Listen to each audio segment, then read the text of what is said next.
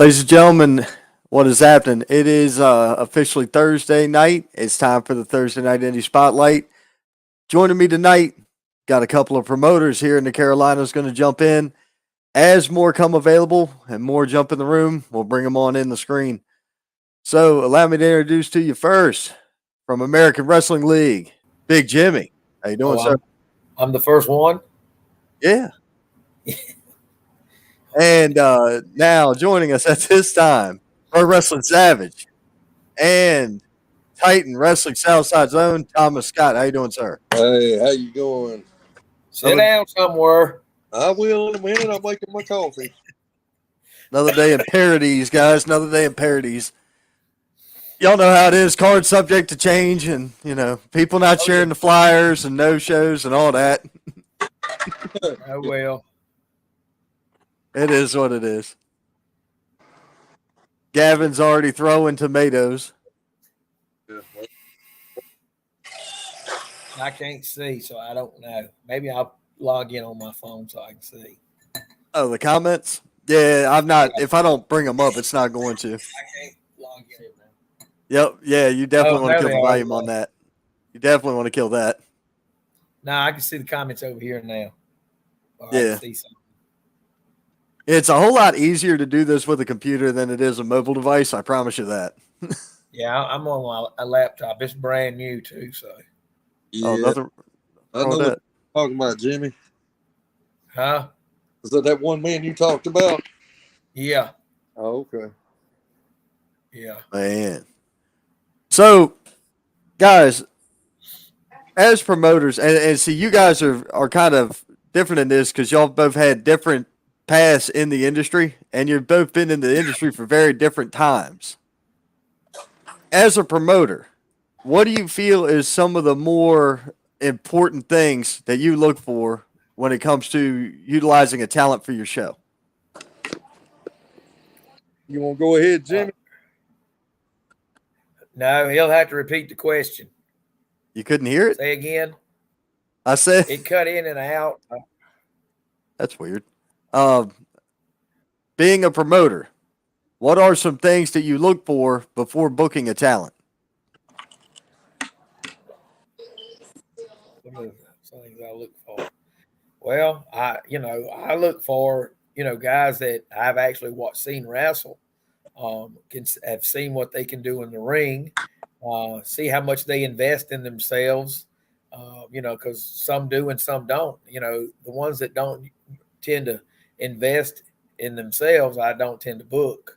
But guys who are serious about it, who invest in themselves, who have professional gear, professional promos, can get it done in the ring, share posters and different things like that. That's the kind of criteria that I look for. Thomas? Well, I'll tell you. When I go looking to book a promotion or book a wrestler so I can promote them, I want them to be able to promote the organization as well as I do. If I'm out there getting sponsors, pardon me, guys. Out there getting sponsors, I'm going out and I'm beating the street, putting posters up, passing out flyers, multiple thousands, and you can't share the flyer on Facebook. That is one of the quickest ways for me to say, you know what? I don't need you.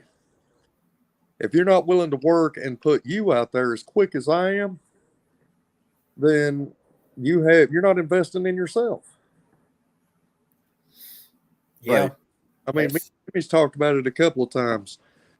I know who I can try to promote, and that's the world. But I don't know who your fans are. You do.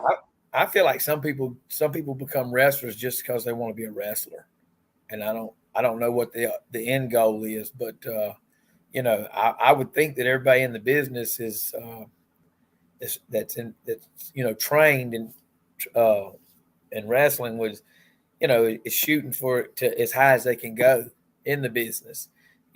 Some guys have made it. Some guys have with AEW being around. A lot of guys have got to step inside the big time. A lot easier than it would have been WWE way. So I'm thinking that if you're a wrestler, that should be your goal. Is to go as high as you can go in the industry. But I see guys who just do it just because they want to do it, and that's it. There's no end goal. There's no passion other than that. I don't tend to book those guys. Well, one of the other things too, Jimmy, is also there's no respect in the business for the business any longer. And that's one of the things that I've been seeing a lot of lately. What I mean by that is guys don't pay their dues anymore. They don't help. You know, Ron, you yourself have seen me put together a ring and tear it down by myself. Yes. And I've been in this for over 30 years. And, you know, I guess guys were brung in differently. Wrestling's still the same. It's still the same formula, but people try to change the ingredients, and guess what? They're the ones that's not being looked at now. I mean, Right. but you want top dollar, and you want this, and you want that, but you're not doing anything to show me that you're worth top dollar. These guys that want, 70, 80, $100, stuff like that, you got to, it don't matter how long you've been in the business. Can you draw? Yeah. Can you draw for that? Are people going to come and see you for that $100? There's some that are worth it, so if I pay it, I feel like they're worth it. But it's, sometimes the fee ain't justified. Yeah. I mean, I see that a lot lately. And when I was coming in, it was a lot different. You had to prove to a promoter that you could be on his show to make nothing the first 6 months. And then you got guys coming out of training now wanting $40, $50 right off the muscle. Yeah. And my thing is, and this is how I base it on. You want $150? That's fine. I'll give you $150. Show me 15 fans that's going to come and see you, or at least close to. Yeah. Well, like I say, you got to be a draw to be able to charge a promoter that kind of money. I feel like people like Dion Johnson and TJ Boss and them, they've been in the business a long time. Their reputation is what it is, and I believe they draw. And I don't have a problem with their fees, but you got some guys that I'm just now hearing of.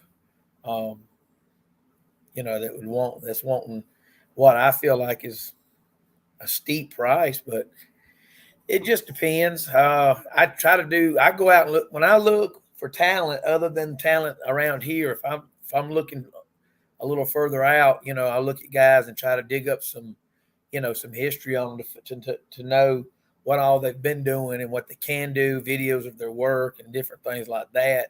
Kind of time consuming, but when you want to reach out to new or different talent or out of state talent, even, that's just something you got to do. Otherwise, you don't know what you're bringing in. You don't know if what you're paying them, if you're going to get your money's worth. I don't expect to bring a guy in from Tennessee and expect, 8 people from around here to show up to see him. They don't know who he is, but if he can work, if he's got the look, you promote him right, I mean, I've seen posters of guys, and I don't know who they are, but I feel like they look the part, so it makes me want to go see them. So I feel like as other people they do the same thing when they see a poster. Yeah. Prime example of that would be like Corey Smith. Yeah. Right? None of us really know the guy, and then all of a sudden he shows up and shows out. It's like, wow. He caught my eye. Actually, he reached out to me, but he caught my eye. I did some digging on him, and watched some videos, and he looked like he could get the job done, so I didn't have no problem bringing him in. When he come in, and he did really well.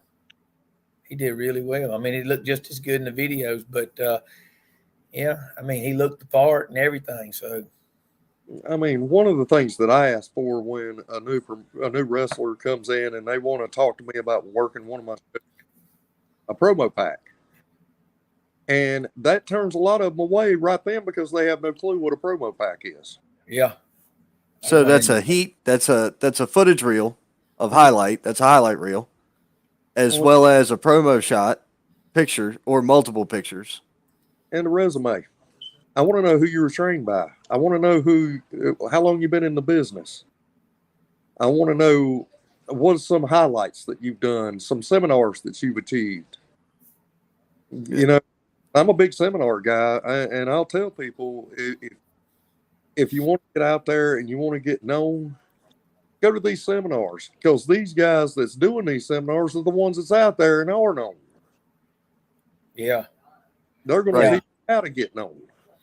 Now, one talent I know who does that a lot is Tyson Maddox. He has his resume posted with all his stuff on it, including open dates.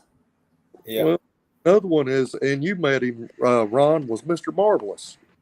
This guy Oh came yeah, to Canada and wrestled for Pro Wrestling Savage. he was awesome Well, too. And he's an awesome worker. Well Here- worth. I can say this much. You can tell right away whether you're wasting your time on somebody or not, just in general conversation. Basically, if you ask for a promo picture and you get a picture of a guy in his driveway, with a t-shirt and something other like that, that tells you all you need to know right there. If you don't, I don't care how much training you did in the ring, you don't understand how to invest in yourself and promote yourself. So you're not going to do me any good. That's the way I look at that. You don't, if you don't have a professional promo picture, and hell, with the way technology is today, an iPhone 13 takes a magnificently clear, high definition photo, and you can crop out the driveway, but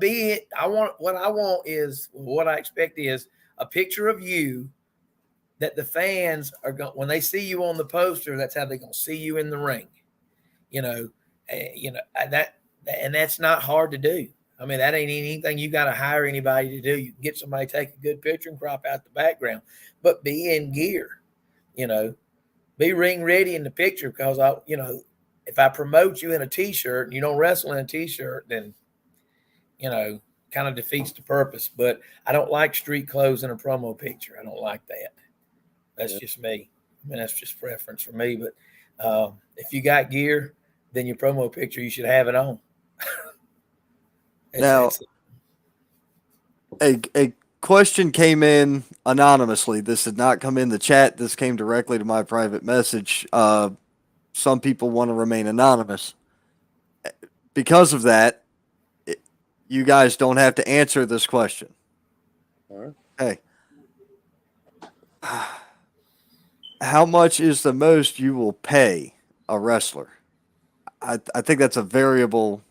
I think that's a variable answer, but that was the question sent to me. There's no definite answer on that. You just there's a lot of variables on that. Depends on a lot. Yeah, I mean, are you talking about an indie wrestler? Or are you talking about a name wrestler? What? That was kind of my point. I mean, I've Of been it. I paid $800 for a named wrestler before, and I mean, and drew a crowd. Yeah. Right. So I mean, it depends. So- You know, if the wrestler has the talent, been in there long enough, and it's going to draw me a crowd and make some money. Hey, let's do business. We'll talk. Money ain't going to be an option at that point, because I know I'm going to make it. Sometimes if I want somebody on the show, I mean, there's a lot of wrestlers that I like. There's a lot of wrestlers I like. I like who they are and what they do, their reputation, their gimmick, whatever. And if I reach out to them and I want them on the show, there's just really not a lot of bargaining on the fee. Whatever their fee is, I usually just pay it if I want them on the show. It just depends. It's not there's just no definite answer to that. It just depends on who it is and what the plan is. Exactly. As to how much you pay. I mean, that's why I paraphrased it the way I did, because of the way it was presented. I'm like, it's going to be a loaded gun. So here, we're going to catch up on some comments, and then we'll move on to the next question. David Estacado chimed in. He knows Thomas Scott. He said, "Good to see you." You know, it's a funny thing about Devin. I remember his first match. I was there. I promoted it. Jesus, really? Yeah. I think he's just about to get medically cleared again. I don't know. See him get back in the ring. That guy's one of the best. He's probably one of the best commentators I've ever heard. Agreed. I love that guy. I remember when he wrestled his first match, he came to me and he's like, I don't know much, but can I wrestle? I'll wrestle for free. And free goes a long way with me sometimes. Yeah. Free is good. Free is good. Well, he brought his trainer, and I think that him and his trainer actually wrestled each other. Great guy. I just saw him not long ago, actually. He's good people, man. I like dealing with him. Brino Royce chimed in and said, "Gentlemen, what's up, Pony Boy?" Brino. See, he said, "Money talks. We're in the business of making business." Exactly. David said. Travis Thompson chimed in. You have to make the crowd want to pay to come back to your show. Yeah, and they will if you put on a good show. Mm-hmm. If you put on a good show, they'll come back. We've only ran 4 shows here, and the crowd continues to repeat. They keep coming back, and they like it. And it's because it's, the guys booked are good. The chemistry between the opponents is good in the ring. The atmosphere is good. So if you put on a good show, they'll come back, no doubt. Hey, I will say, by our none, AWL has the best after party. We had fun. Oh man, We've had a couple of them, but that one was, I think everybody got on a different level. That was based on some of the drinks involved too, because even KC got on a level. Yeah, they was all fun. Me and Jimmy was just laughing. I'm just sitting over there taking it in. I had to cut myself short before I got on that level. I was getting there, and I was like, "Whoa, I gotta chill." Drink, so everything was funny to me. I don't drink much, so I don't have to worry about that. That one to put down in the books there. Yeah, it was fun. It could have probably been more fun. We could have probably all got involved, but everybody was kind of letting Cam do. I'm telling you, show. if nobody's ever Cam Jackson sing Darius Rucker, you're missing something. I saw the video on Facebook and was dying laughing. That's one of many. Yeah.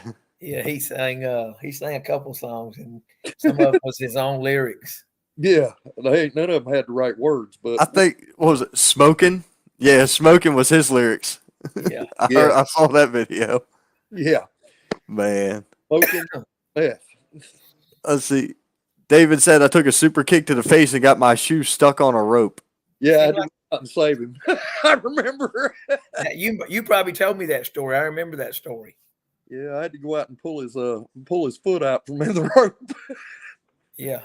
Yeah. What? Yeah, he got super kicked and his leg got caught tangled up in the rope, and I had to run out there and grab the rope and pull it off during the match. It does Jeez. happen. It can happen. Yeah.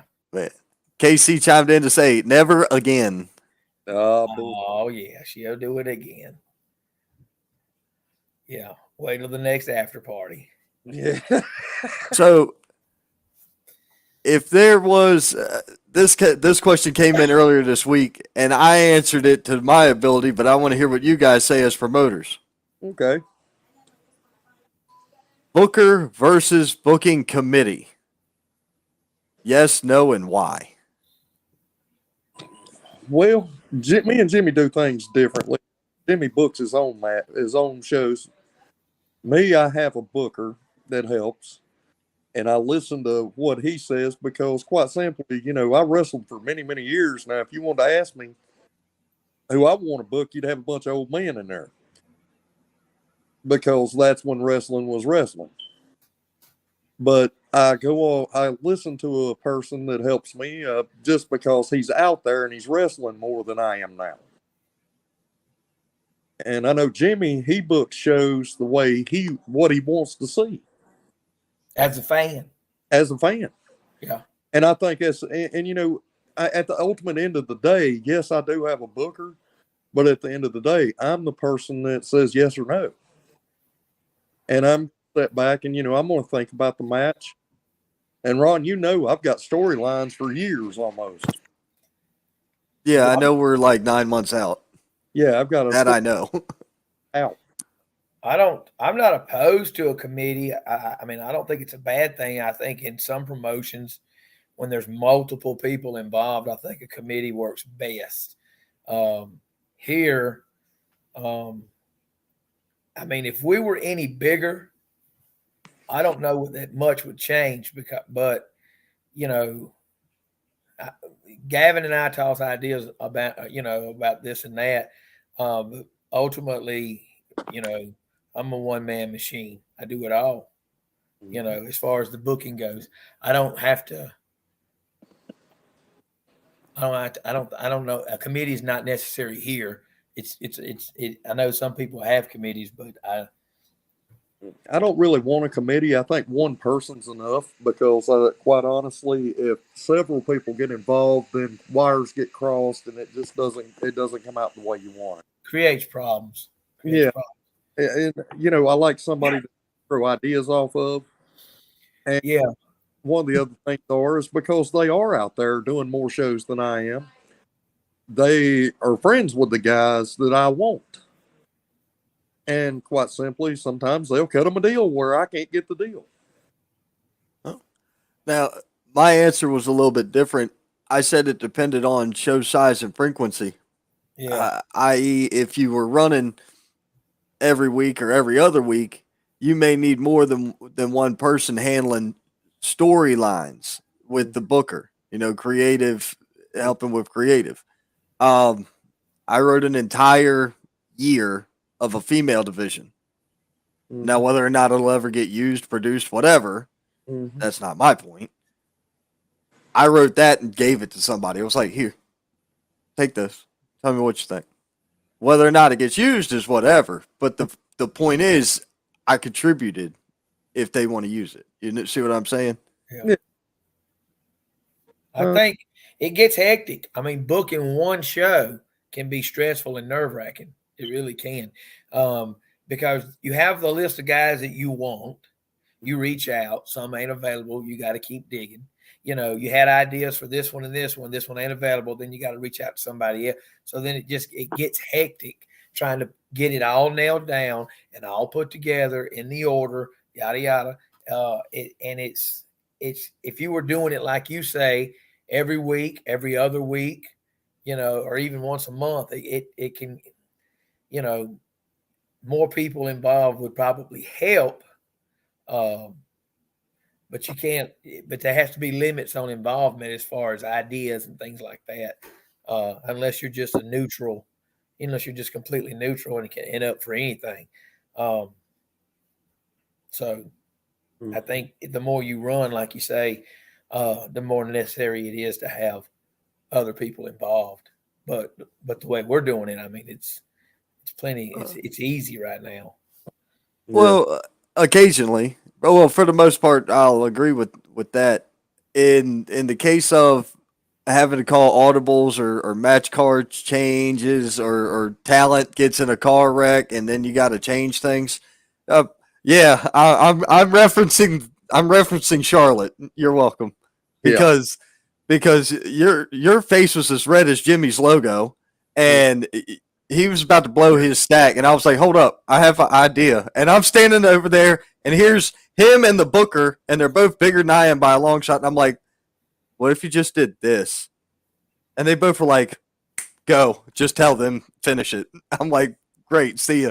So it was just the moment of being able to say, hey, let's not freak out. Well, in all fairness, I had one in the main event and the semi-main event. Both. One broke their toe. The other one was in a car accident on the way there. Yeah. Yep. And, you know, I hate last minute stuff. Woo. Well, seriously, those day of and last minute things are wrenches. big wrenches that get thrown in the middle of shit, and it can just throw your whole evening off. It throws your whole evening off when you scramble around to fix it. Okay, then as soon as you get it fixed, then you got to get back to where you was at before it got messed up. You know, by that time, 16 other things have happened, need your attention, yada yada, and it just tends to get out of control.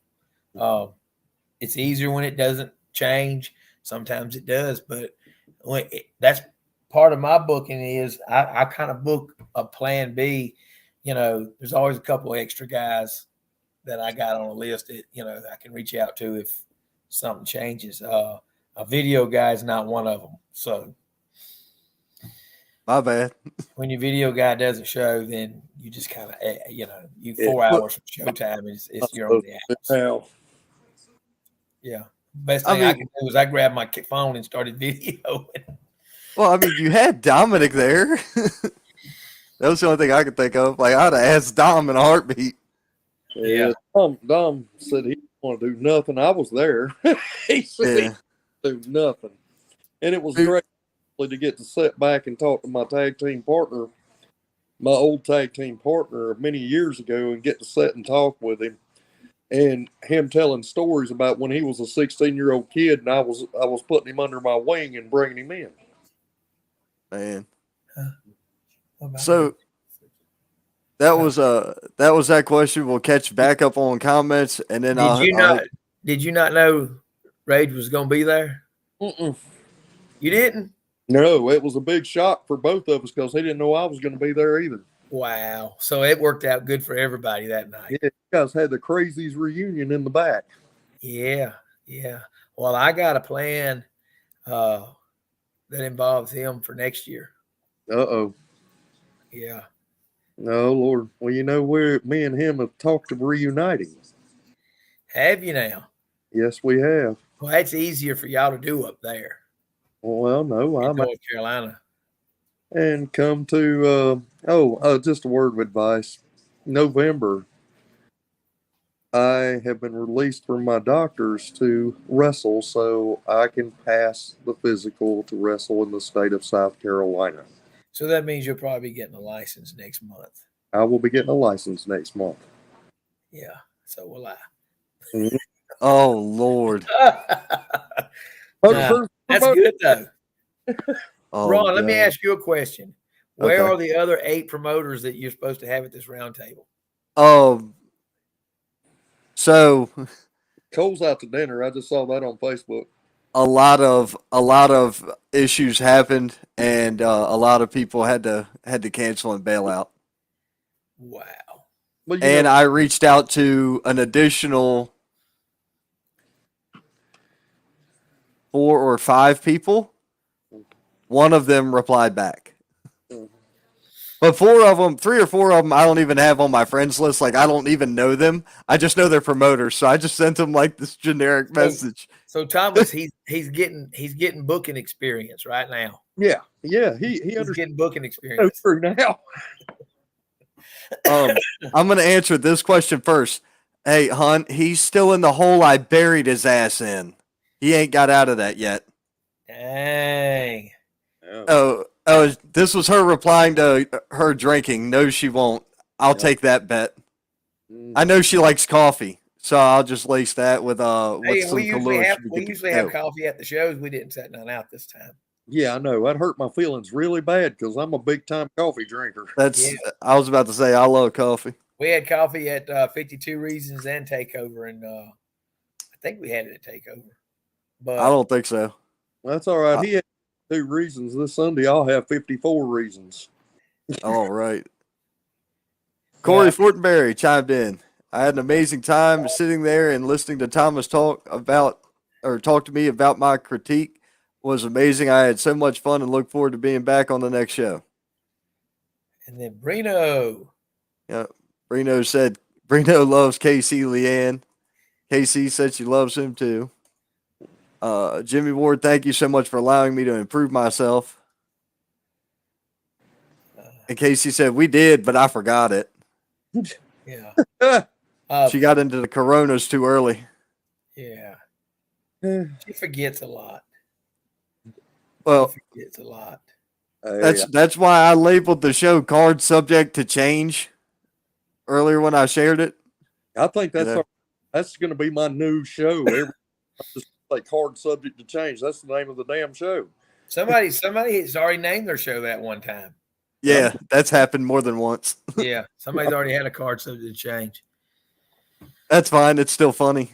For those guys that cancel at last minute, and you see them on Facebook, and they're doing another show because it was more money, even though they were booked at your show. Oh yeah.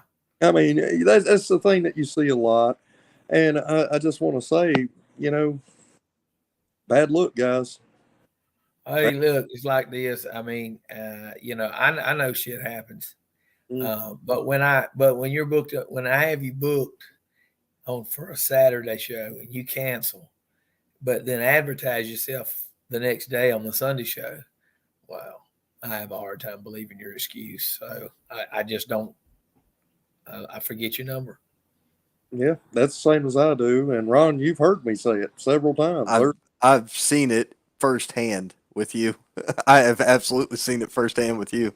There's wrestlers I absolutely love, but show me, guess what? Well, I'll tell you another thing I can't stand. Well, and I don't fault nobody personally for it, but I despise Facebook Messenger. I absolutely hate it as a form of communication. It's real easy, fast, and convenient, but I can't tell you how many people that I have reached out to in multiple times in Messenger only to be ignored. So I'm either getting ignored intentionally or they just don't see the messages or whatever. I've unsent messages. And if I unsend it, they ain't even no sense in you asking me what it was, because if I unsend it, I'm done. Yeah. So this comment is directed at Thomas. Uh-oh. This came from Twitch, so I have no idea who this is, so don't ask. But it says, Thomas, can you say, damn it, Bobby, we are a propane family, not a coal family? And no.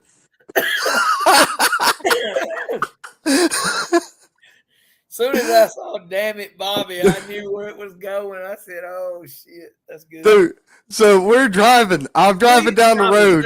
Please say it, Thomas. Please say it. Just read Damn, it, Bobby.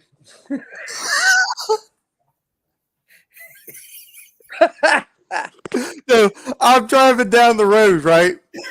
And Thomas calls me. I've got my wife and the kids in the car. And Thomas is trying to talk to me, and I'm trying to get to Walmart. I'm like, thank God it's only 8 minutes. I'll be there in a minute. I can get out of this car and put my phone back on my ear. And Shannon blurts out, "You sound like the guy from King of the Hill." And I'm like, what Hank. I'm like, Jesus, come on. I'm like, you're burying me. Put the message that said, "Thomas, can you say, damn it, Bobby, we are a propane family, not a coal family." I don't like propane. Do what? It's really weird. I was born in Miami, Florida, and raised in Kentucky. So I got this weird Florida, Kentucky accent. Well, it's Hank. It's a Hank Hill accent. Gavin, get out to get the hell behind your dad. No, damn it, Gavin, quit wanking off in the tool shed. Lord have mercy. Well, this could have been a lot more fun with 2 or 3 more promoters.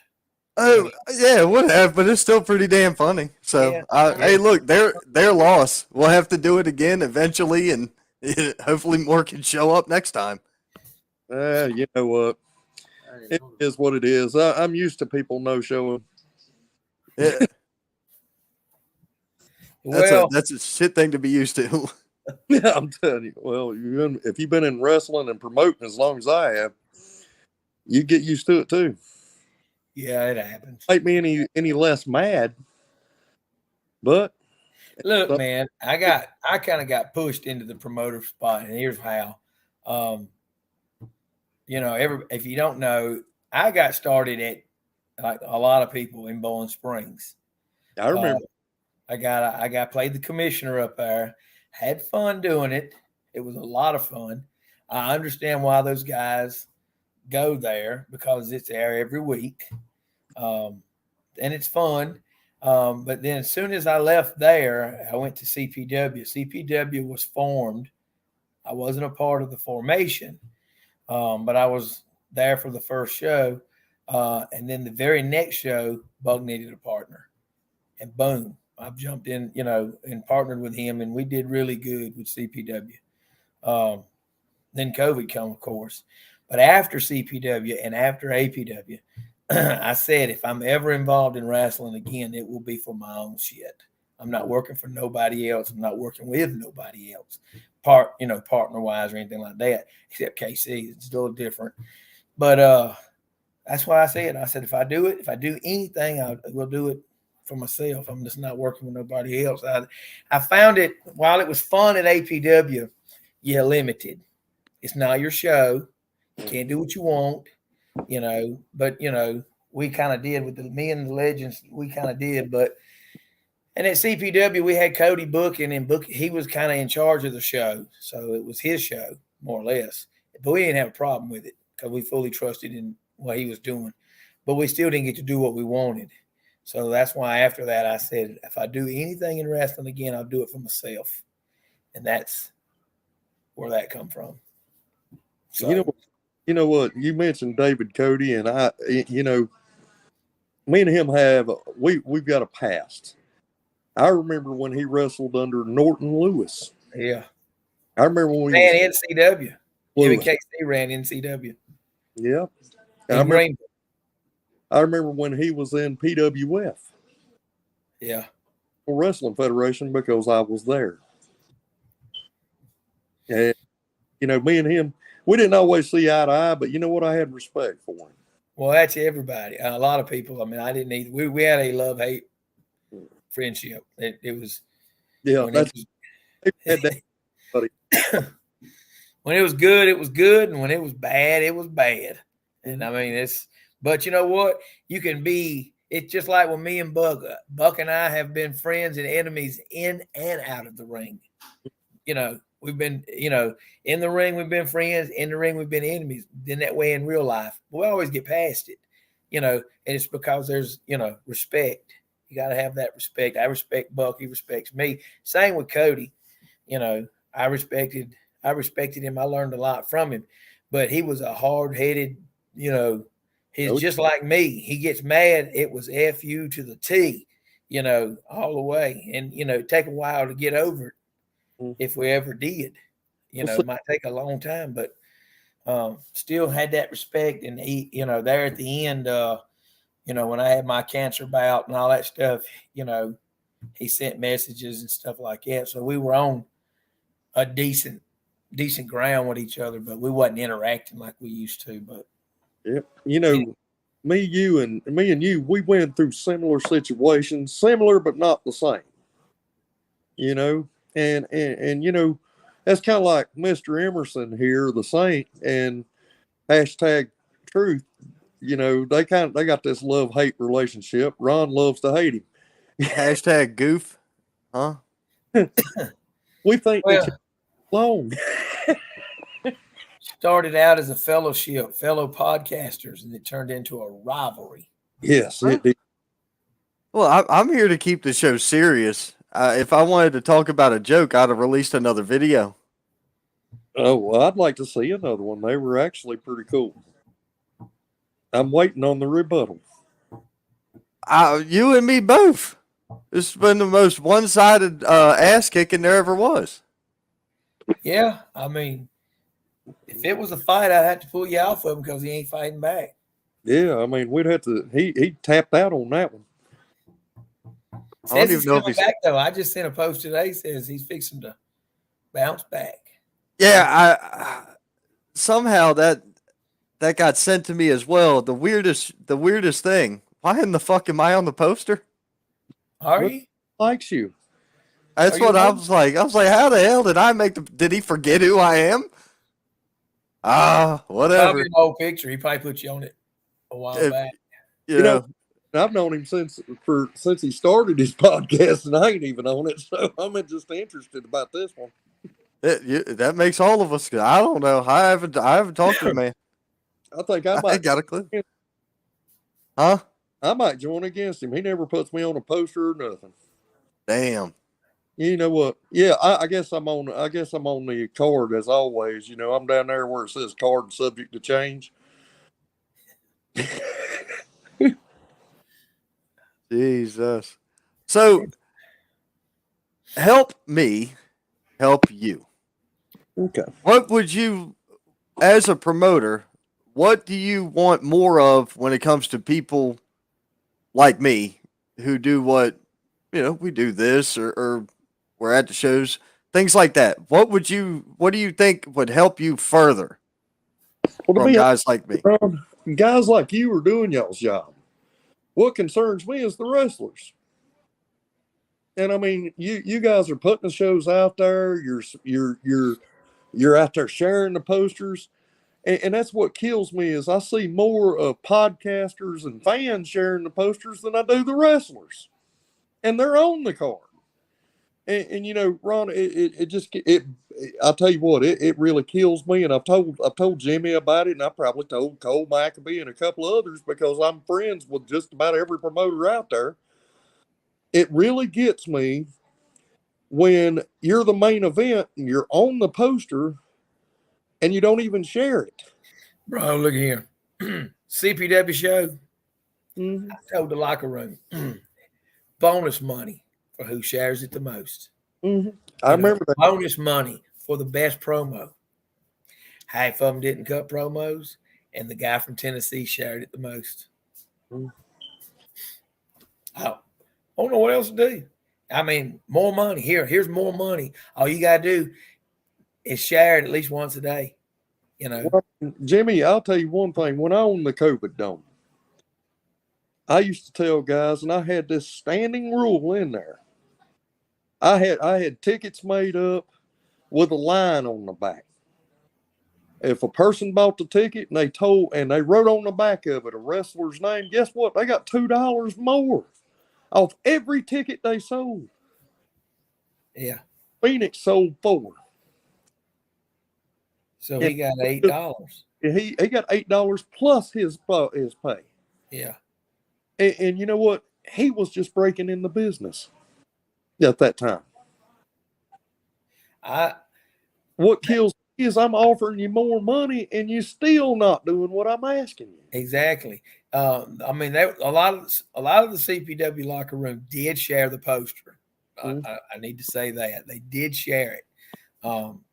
Not everybody, but most of them did. It was just surprising to me, and this said a lot to me about Corey was the fact that he was sharing the dog shit out of that poster. So to me, whatever show he's on, he's invested in that show, and he's going to do his part. He's going to share the poster. He's going to show up, put in 110%, and look good doing it. And that's all you can ask for from that's them. what I'm asking. Is if let me tell you, when I first got in the business, and I hate to keep bringing this up because I know I sound like this old jabbering ass asshole that just says, "Oh, I've been in the business." It's the point. We had to work hard. I mean, man, I'll tell you what. When I first got out, I'll tell you what. Shut up, Ron. I work on the ring crew. I had to be security at shows. I had to even sell hot dogs with propane and propane products, Bobby. But oh, it sounds so real. It does. But I had to actually go out and hang posters up, and then I had to bring the promoter 10 people that said they were wanted to come and see me wrestle before they even got the damn first talk match. These guys today, they have it so damn easy. They got Facebook, TikTok, Instagram, Snap, Twitch, YouTube. They got so much social damn media to put themselves out there, and they don't even use it. I'm gonna tell you what. Now, there's one wrestler out there I will say uses it. Sometimes overuses it. I'm going to give it up to Drew Hood. I've seen him cut promos on weeks that he didn't even have a damn show because he's keeping the public interested in him. Yeah, he does his part. He does. He's invested in himself. He is fully invested in himself, and I guarantee you that you will see Drew Hood step over. Oh yeah, You will see that. Him and Chase, they're going to be the ones that step in the forefront. And I've got the pleasure of saying I've had both of them work on my shows. Yeah, I remember Chase when he first got in. I shared a throwback poster today from CPW of KJ and Tommy Django and Drew Hood when they was three brothers. I remember that. Yeah. And the thing is guys, they keep asking me, hey, what can I do to get on your show? It's simple. Send me a promo pack. If I do decide to use you, work your ass off and show me you're worth the money that you want. Right. I mean, today, how long does it take you to share a poster? How many have I shared today? Exactly. I don't know. Can't do one a day. You can't for the show that you're on that week. I understand some rest 2 and 3 shows. Okay. Well, they don't understand why promoters expect that or want that. And I say this is real simple. You can put eyes on that poster that I can't. Mm-hmm. And same here. And that if everybody's doing their part and just simply sharing the event, sharing the poster, whatever, which is a real easy thing to do. It's just so freaking easy to do.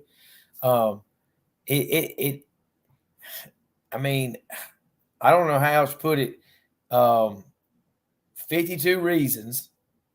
Everybody shared the poster. Everybody cut promos, and we had 130 people in a 100-seat venue.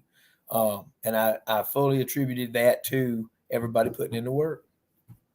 Well, Ron, one of the other things that I'm going to say about that is, Ron, you've seen me go out and pass out posters the night before my show. Yeah.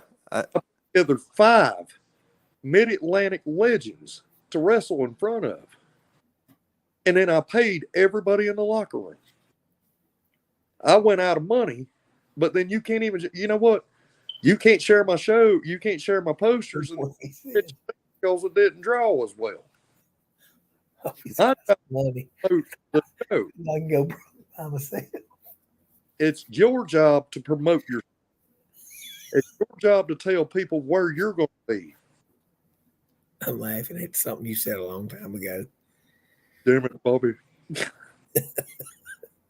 No, well, so first off, you're gonna have to stop that before I get hit with a Mike Judge trademark infringement, gimmick infringement, because it's coming. I swear to God, just like it. Hey, I know. Don't feel just stay the damn buffet and drink a large Diet Coke and fell in my chair. You kick out how much you. I get hit with more copyright infringements than anybody I've ever met. I have never been hit by so many at one time as I have at Jimmy Ward's show, but I get hit monthly on this shit. Jimmy's show, I had 6 documents to fill out over the CPW show. That's ridiculous because it's a DJ'd event, but we got hit with copyright infringement because of the damn music. Yeah. Well, some of that was original music, though. I know, but I got hit with 6 copyright infringements over that show. Is even with the original music, if they've got a millisecond of a beat that somebody else could have wrote. I know, it's so ridiculous. It's so stupid. It's terrible. But I'll But tell you, my ring music was written by a band for me, and because they put it on their CD, I get hit with copyright infringements, even though the band has went to their label and told them we gave him permission because we wrote it for him. I wonder if any of Cutthroat Susie's music got copyrighted because everything they played was their music. it wasn't theirs. That video was fine. Remember, I segmented that that was one video. That one's still there. It's just the CPW show. I got hit with 6 infringements violations, and Well, damn it, Ron. One was probably Lodi's because he come out of GNR. It was yeah, Lodi gonna have about 75 infringements on him just. yeah.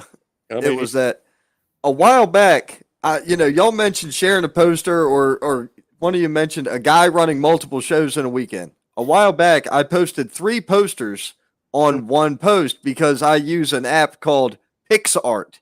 I think some guys don't know about using apps like PixArt or Mematic or whatever to make a content piece. Because what I did was I used that to promote the 3 shows I was going to be talking about, as well as my own show, this, all in one thing. So that way, if I was to be working that weekend at 3 different shows, I could do the same damn thing and be like, hey, look, I'll see y'all at these 3. Find me. Mm-hmm. And one of the other things too is I've noticed out there is like, it's sad. And me and Jimmy both are promoters owning two different promotions. I've noticed I probably shared his poster more than his wrestlers does, and he shares mine more than my wrestlers do. And we use the same damn wrestlers most of the time. It's I'm sure if you had wrestlers on here with us, it's a debatable subject, but I don't understand why we ain't all hitting that button. Yeah, I don't get it. I mean, I share people's promotions that just because they're doing a promotion because I'm out for indie wrestling. So I'm gonna pull the curtain back on one thing. This whole thing tonight was Thomas's idea. Mm-hmm. He came up with the idea. I took the idea to another person, and he said, "Wow, that's brilliant." Now, we're not going to name that guy's name right now. I'll tell you off air. But, well, Thomas, you already know. And Jimmy, I think you and I have talked about it already. But either way, it was Thomas's idea to do this. And I was like, man, this is a really good idea. Well, I mean, it gets to me where I think that there's some confusion with wrestlers. They don't understand what we want. And that's the trick. This is the learning tree. Exactly. They're in the audience, whether they're here now or they'll watch it later or they'll watch it this weekend when they're driving or whatever. Mm-hmm. They're going to see exactly what was said in the comments because you noticed that you've had 2 wrestlers and, well, all right. Can I say 2.5? Well, Gavin wrestles in North Carolina, so there's 3. And then David, you've had them in the crowd tonight. I mean, but these guys, we already know. Yeah, I mean, guys don't understand what we want, and I'm going to tell you what we want. And I know Jimmy and me's talked about it. What we want is, you want us to promote you, promote us. And I mean, I don't mind, and I don't mean it by saying that you got to foot the bill. I'm footing the bill. What I'm saying is like, hey, dude, share my poster. If you're give me a professional promo.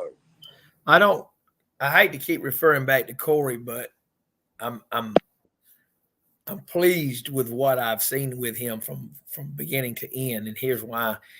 I think he lives in Virginia. I kept saying Tennessee, but I think it's Virginia or somewhere up in there. It's West Virginia is where I announce him from, at least. He's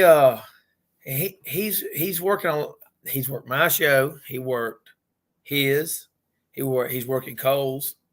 He's working on a lot of shows down here, and he's up there. I'm sure most of the people on his Facebook and social media is from up there, but he's sharing it nonetheless. Mm-hmm. He's sharing it nonetheless. Whatever show he's on, he's sharing it, mm-hmm. And he shares it daily. That's the way, I'm not saying that's the way, that's a blueprint for it, but I'm not saying that's the way it should be, but guys, should that's just the way. I mean, that helps him, and that helps the promotion he's on. Mm-hmm. And he's a young guy, and I don't know who trained him, but they covered all the bases with him. Yeah, and I'll tell you another one that I'm really impressed with is Mitch Robertson. Yes, And I'll tell you why I'm impressed with him. This guy calls me up wanting to be on my show. I know who he is. He's wrestled for me before. He's a big asset to any organization he works. And Jimmy, he told you the same things he told me. He calls me up and he's like, okay, when you got a show in Charlotte, give me the flyer. I'll go make copies and hand them out. Yeah. Guys, I'm not asking you to do all that. I'm asking you to simply share a poster. And it's just like, I'm going to tell you a story that happened when I had the COVID dome. I was a big fan of this worker out of Alabama, except for one thing. I even put the Titan Heavyweight Championship on him. But this dude cuts a promo getting out of a Nissan Sentra with street clothes on, looked like he just got off work, and you're putting yourself over as a champion. And to me, the champion, you expect money, you expect things like that. Come on, guys, be professional with it. Use some common sense. Use some psychology. Ron, can you skip on up there to that Chase Emery comment? Yeah, let me catch up, and I'll get to that one next. Timothy Godfrey chimed in and said, "Gentlemen," he also said, "Drew Hood is amazing with his promos. He promotes so much." When I was naming the people in the crowd, Michael King said, "Me too." And then Chase Emery. That's right. I don't listen. I remember Jimmy Ward saying I had to defend my title back in September, but I didn't, and I still got that belt. I'm the man. Hashtag Blue Chipper. Yeah, that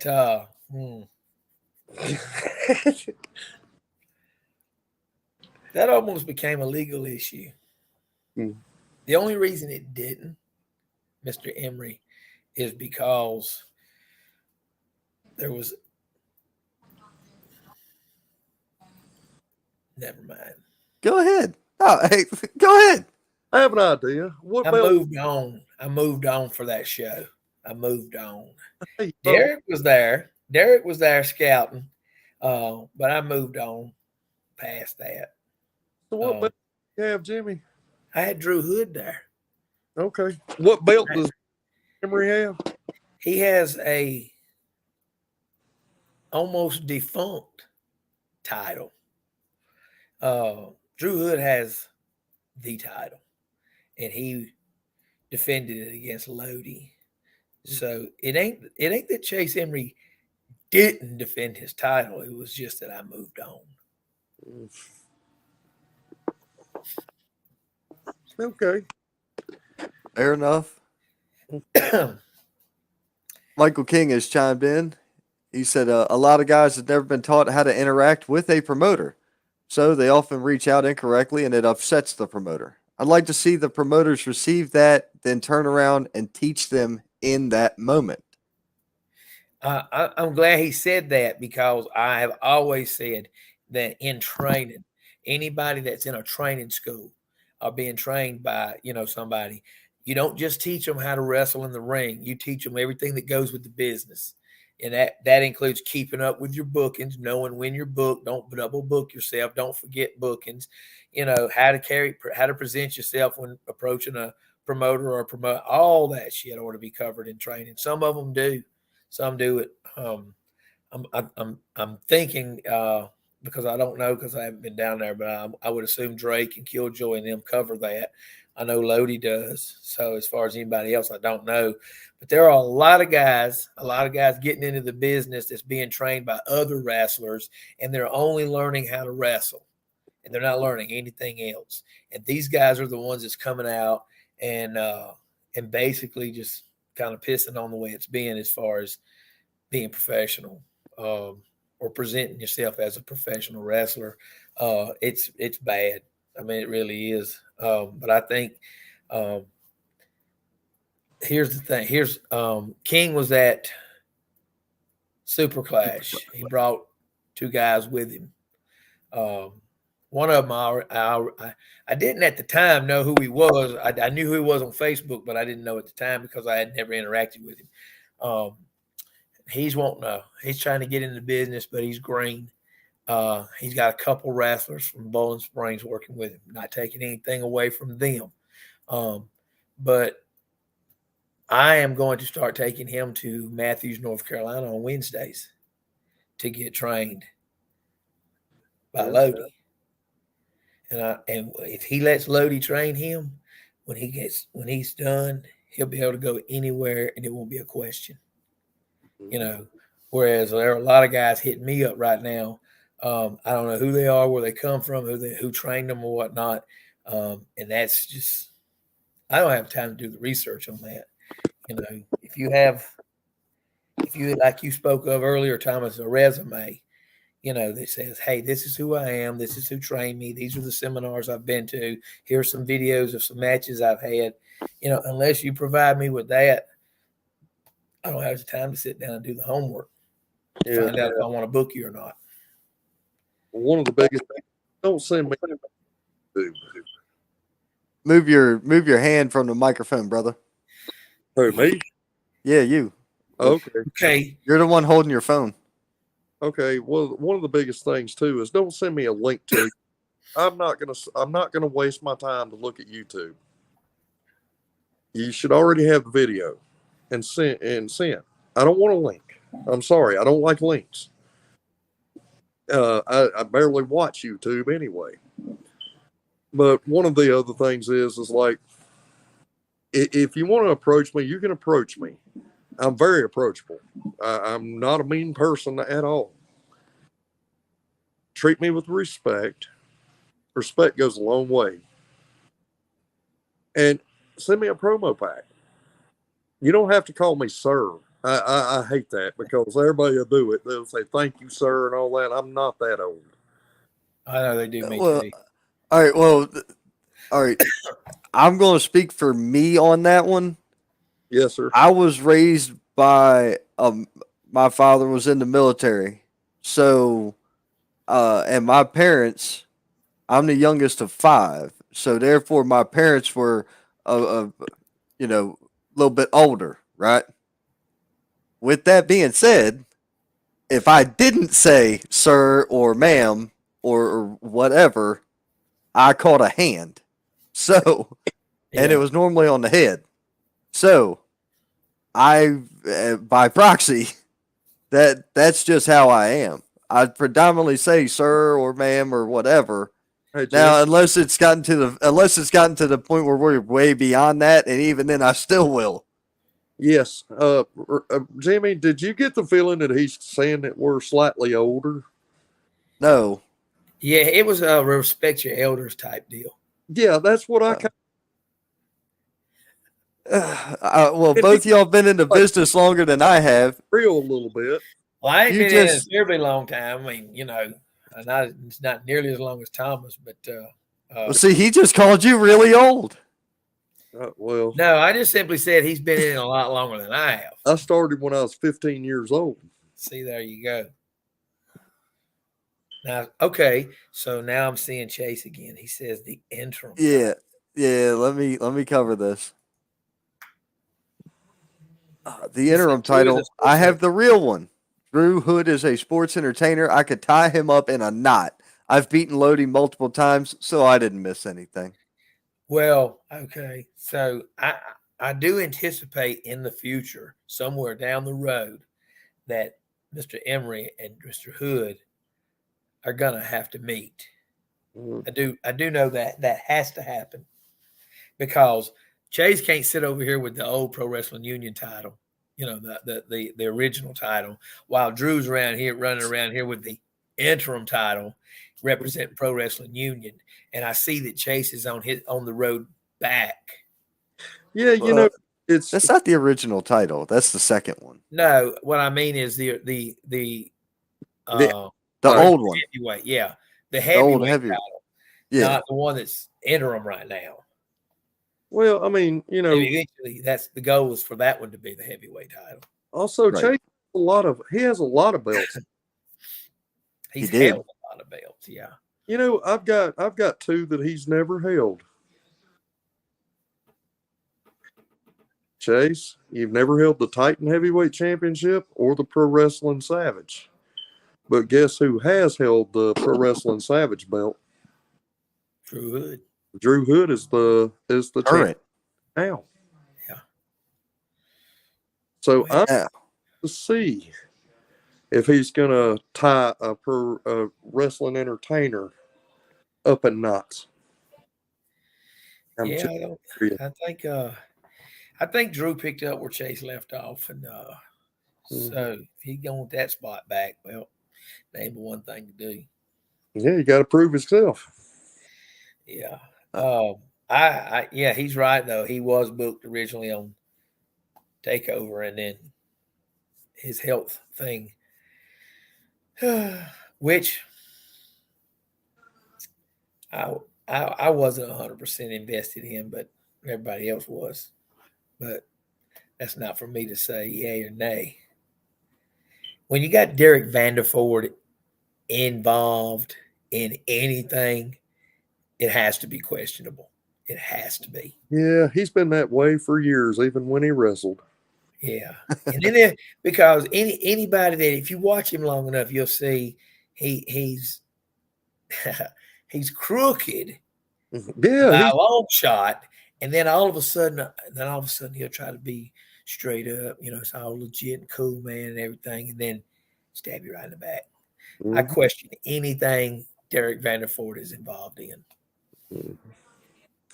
I kind of do too. I mean, every time I've ever had any relation with him, it's like, okay, how far do I got to reach back to pull that knife out?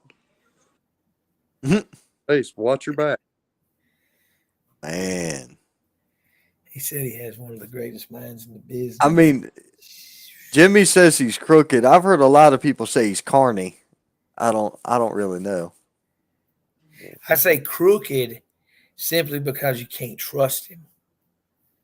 And somebody you can't trust is usually crooked. Gotcha. So Derek Vanderford is just he could go outside. I could go outside and he could tell me the sky was blue. I'd have to look and verify it. Well, and the sad part is Derek really does have a mind for the business. He's very smart and he's very cagey. That's why I'm telling you, Chase, watch your back. Now, Derek is kind of misunderstood. Until he showed me his resume, Mhm. I didn't know who. I mean, I can't tell you what my personal opinion was, but he hit me with that resume one day, and I read that sucker, and I was like, "Damn!" I read it to get ready for the interview I did with him, Yeah, and I literally had to stop and realize that I need to wait until I can sit down and really read this. yeah. And Yeah. then during the interview, I had to have it posted because there was no way I could remember all that shit. It had time and itemized and all this other shit. I'm like, Jesus H. Christ, I'll never get He's through done a this. lot, and he's done it with a lot of people. Yeah. And me and Derek has actually wrestled on cards together Damn. back in the day. Yeah, Now, when he had hair. He had blonde hair. yeah, he looked like Little Nate. Or no, what's not Little Nate? The one kid that wrestled, he was Ric Flair's kid that wrestled for WCW. Who am I thinking of? hair? David didn't have blonde hair. He dyed it blonde. Yeah, but that's who he looked like. They Derek, looked very similar. Derek wrestled under the name Derek Fleer. Yeah. Well, his resume was so impressive to me that I saw him online arguing with some cat about something, and I said, "Hit him with that resume, Derek." Thing That'll is, shut him up. had permission to use the name. Damn. Yeah, he's danced with him, brother. He's No, danced with him. he's been around. But it don't take away the fact that he's still crooked as shit, and I don't trust him and question everything he's involved in. Chase Okay, Emery chimed in. He said he was talking about Drew here. He said he was a good understudy while I was out. Derek Vanderford has one of the greatest minds in the business. I agree. He is. He knows exactly what he's talking about. Michael King said Derek has a nice resume. I use it as a template. I've been around. I think that's pronounced template. I've been around. Template, whatever. And you know, when APW had that reunion a few years ago, or what, like earlier this year, back in April, I think. Yeah. I looked up, and there was Derek there with me. Yeah. I mean, he's been around for a long time, and he does have a great mind, and he can talk, boy. He can talk. One of the smoothest talkers I've ever seen. That makes you wonder, how far do you got to pull that knife out? Well, and I'll be honest with you, I'm personally sitting here ready to see Chase versus Drew. I'm ready. I'm ready for that. You know, and the thing is like I wonder about Derek. Derek's smart. Derek I mean, he is incredibly intelligent. And I know during this time he has been scouting talent. He Yeah. was scouting at Takeover.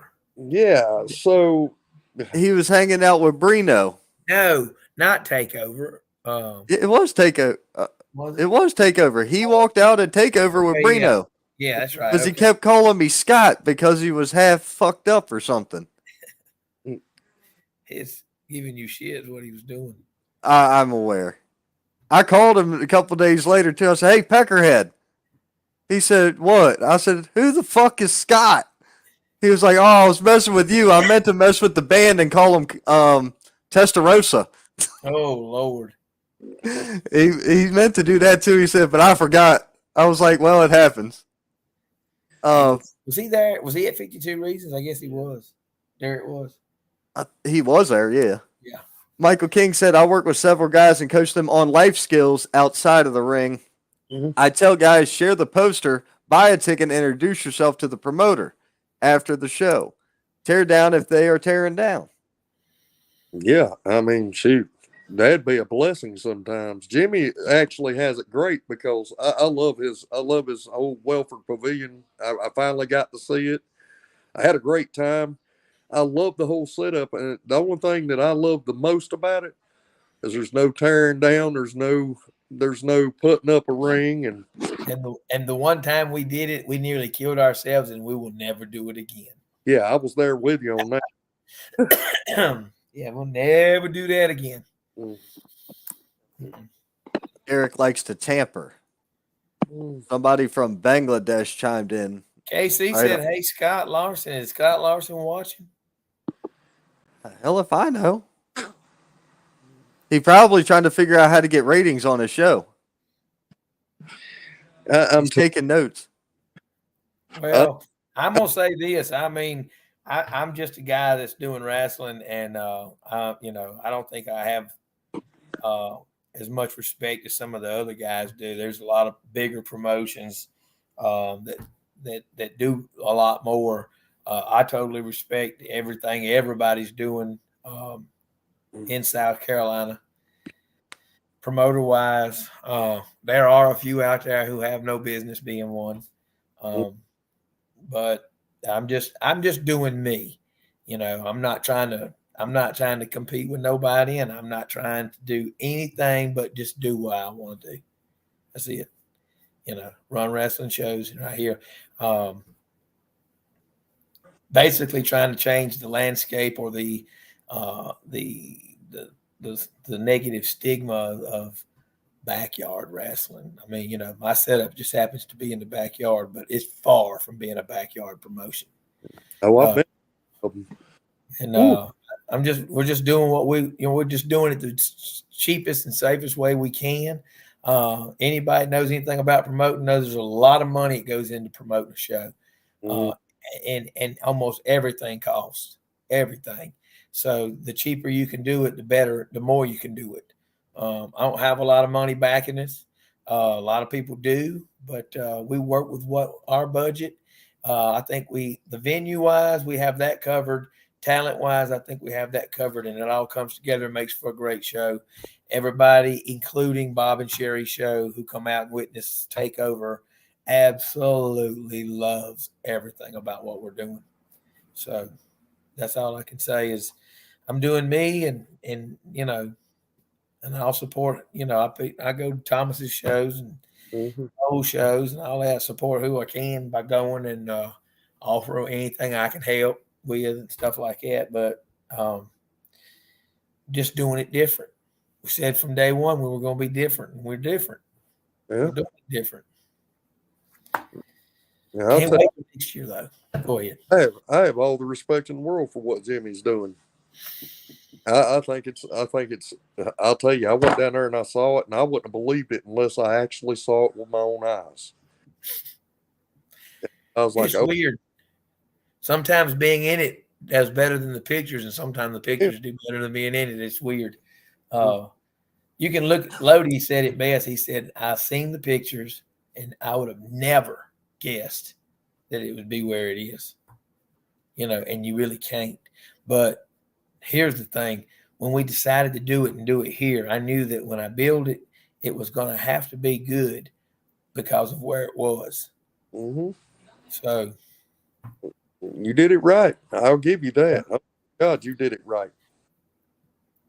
it has to be good. But it ain't. We don't want to stay there. We want to be able to run somewhere where we might can draw 250, 300 people, something like that. I mean, not big on the numbers. I mean, I can book a locker room right here, pack this place out, and anywhere from break even to make it money. CPW, I went, way out on that one on purpose, but we want to be bigger. We want to do, we want to be able to be bigger, not just be here all the time. When you running again? Who, me? Yeah. December, I'm doing a Toys for Tots show in Charlotte. I'm not going. I took October off because of my birthday. November, we had something brewing with Control Your Narrative, but it kind of fell through because EC3 can't make it. But December, we've already got plans to do a show in Charlotte at a big gym. And the price of admission is simple: a toy. Bring a toy. Now, is that involved with Peterbilt's? No. No. Okay, that's another show. Yeah, this is in Charlotte, not in Charlotte. Okay. Yeah. The one in Charlotte, actually, I've already got Kerry Morton booked, and possibly his dad. See, I'm jealous because I wanted them in March, but they couldn't. We were doing a daytime show, but they had a nighttime show, so they couldn't come and do the daytime show. Yeah. And I still want them. Yeah. Well, You're my source on that. We'll get them down there to you, I'm sure. I just want to be there. I just want to be there when Ricky walks in. I just want to be there to hear his reaction when he walks into that. Yeah. Oh, he'll love it. I know, I've known Ricky quite a while, and he's not what everybody thinks. He's fun. He's probably one of the funnest people you can be around. I think the fan side of the pavilion is nice. Now I've got to work on the back. Oh, I thought the back was great. Well, the camper, back there was in a little further than it was for all the other shows, but I'm contemplating removing it altogether and enclosing the back, putting a roof over the back, and this and that. There's so many upgrades I got planned. I'll tell you what. The next time I come down there, because I'm blind as a bat at night, I'm staying in that camper. That was nice. Did you see inside of it? Yeah, I looked in there. I didn't go in, but I kind of looked in. Yeah, it's a nice camper. It's been took care of. I need me one of them. I'm ready to go back to a travel trailer. I like the bumper campers than I do the fifth wheels. Yeah, I don't want a fifth wheel because I can't haul it. But I'm going to be honest with you. You guys want to know what we want, so we're going to get back on topic. Get us a promo pack. Be reasonable. If you just got out of training a month ago, don't try to charge me $100. Or 50 even. Yeah, let's be reasonable. At the end of the day, it's a business. And for you to make money, I have to make money. And that's what guys are forgetting. I mean, let me ask you a question. How many companies you know that's been a failing company and kept going and going and going? No, they don't. If you're failing, I mean, unfortunately for their TV ratings, we're seeing it every Thursday night. I'm not talking about a wrestling business. I'm talking about if a store, say there's a Oh, store nah. on the road and nobody goes in that store, and the employees are still trying to charge $15 an hour to work there, how long do you think that store's going to stay open? It's not. I don't. In 2023, this is what I want: a phone number for one, Mm-hmm. communication purposes. You know, a good quality promo picture, and share. Yeah, Those are Right. my three requirements. we're not asking for a whole bunch. We're just asking for what we like to see as promoters to get you there. And you know what? If you're just getting out of training, let us build you to a point where you can charge more money. Look here, you know how everybody puts when they're booking a show, they'll create a chat group for everybody to be in, so that information can be shared. You know, at the same time.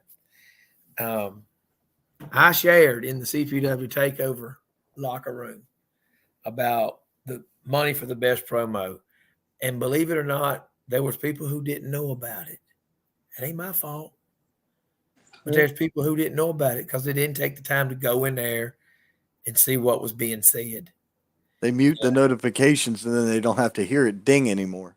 Yeah. So, you know, the purpose of the damn chat group is to share information about the event all at one time Mm-hmm. versus having to send it to 20 people, you know, and then there was a missed opportunity for somebody who wouldn't go in there and check it. I mean, you can't get so comfortable in this business that you can't, you know, be professional. And I think being professional is keeping up with what's being said about the event.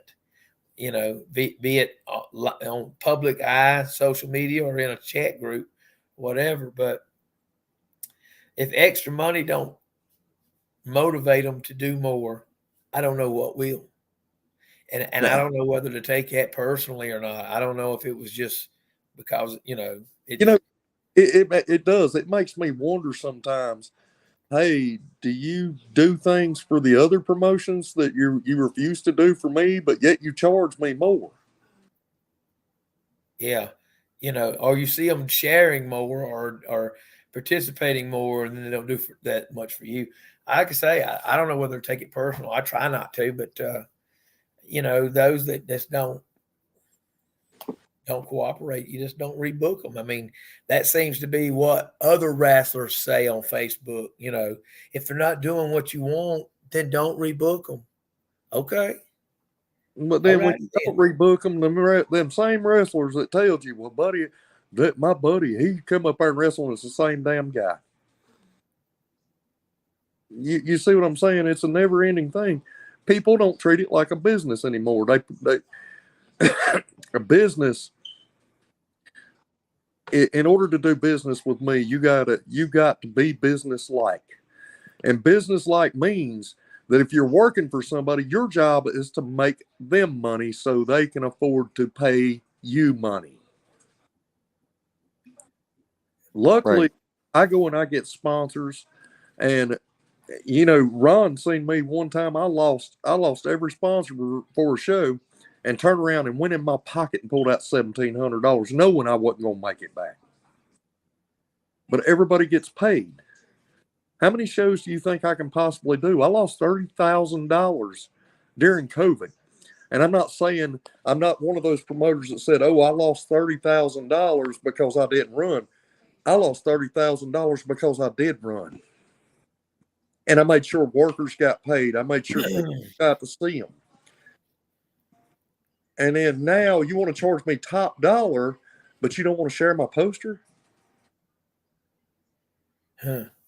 Right. Well, I know, Uh, I know that I'm not going to continue to pay guys who aren't putting in the work. I mean, there's more to it than you taking the booking and showing up and wrestling. There's more to it than that. Yeah. You know, but it's not nothing complicated or hard. But I feel like if you're paying somebody to come and work on your show, then they should be obligated to do what you ask as far as shows, as long as it's related to the show. That's the way I look at it. I don't even require a lot, man. Hell, anybody that's ever worked AWL comes here, and it's so comfortable and laid back. I don't have the big locker room meeting. Don't have to. These guys are plenty capable. They know who their opponent is. They know what they got to do. I don't have to tell them what to do. They know what to do. So basically, come in, hang out, eat, get ready, do your business. I mean, it's real easy. The only thing that I ask is I need a professional picture to promote you on a poster. If I'm asking for a picture, I'm putting you on a poster of some kind. So I would need it to be a decent picture and one of decent quality in gear and all that stuff. All I ask is communicate with me, have that, and share the event. Jeez, Well, how hard is that? you mentioned professional pictures, so I want to bring something up. In the crowd tonight, Tim Enlow, Enlow Entertainment. This guy is a photographer. Another person that I know of who spoke earlier. He didn't speak during the show, but he hit me up earlier. Is Cody Gibbs, another photographer. You've got them too. Both of those are professional photographers that I know in the area. They're on my friends list. They follow me. If you need them, go find them. Out there, you got Chad McDaniels up in North Carolina. You've got, man, I'll tell you what, I don't personally care who takes your poster or who takes your picture, as long as it looks professional. You can go Right. watch the damn thing printed. I don't care. Yeah, like Jimmy said, iPhone 13 Pro does an amazing job. Damn sure does. Look at them matches from Super Clash recorded on an iPhone 13 Pro. We're gonna catch up on some comments and then we'll be back on it. Manuel Padilla, I hope I'm saying that right. He said WWE. Then he said, Thomas, can you get me to AEW? Then he said, Jimmy, can I train with you? Then he said, Saint, how do I start the business? And then he said, that's the thing about wrestling. Okay, I'm going to tell them how to start the business. I'm going to stop right there and I'm going to tell you how you do it. First of all, you research in your area, find a notable trainer, go be trained, learn, listen, shut up, learn, and listen. That's my biggest thing. If you shut your mouth and open your ears, you'll learn a lot. Then come talk to me about how to get to AEW and WWE. Matter of fact, you won't even have to talk to me.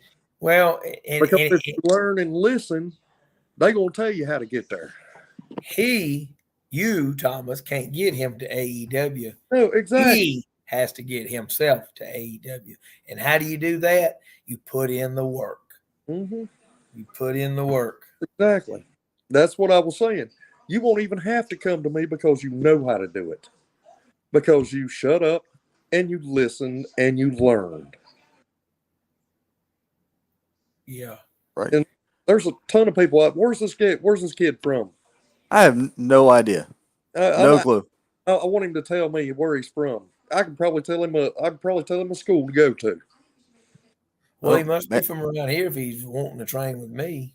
Yeah. No, not necessarily. You got to remember. So you got to remember this page isn't just here. Oh, you said Arkansas.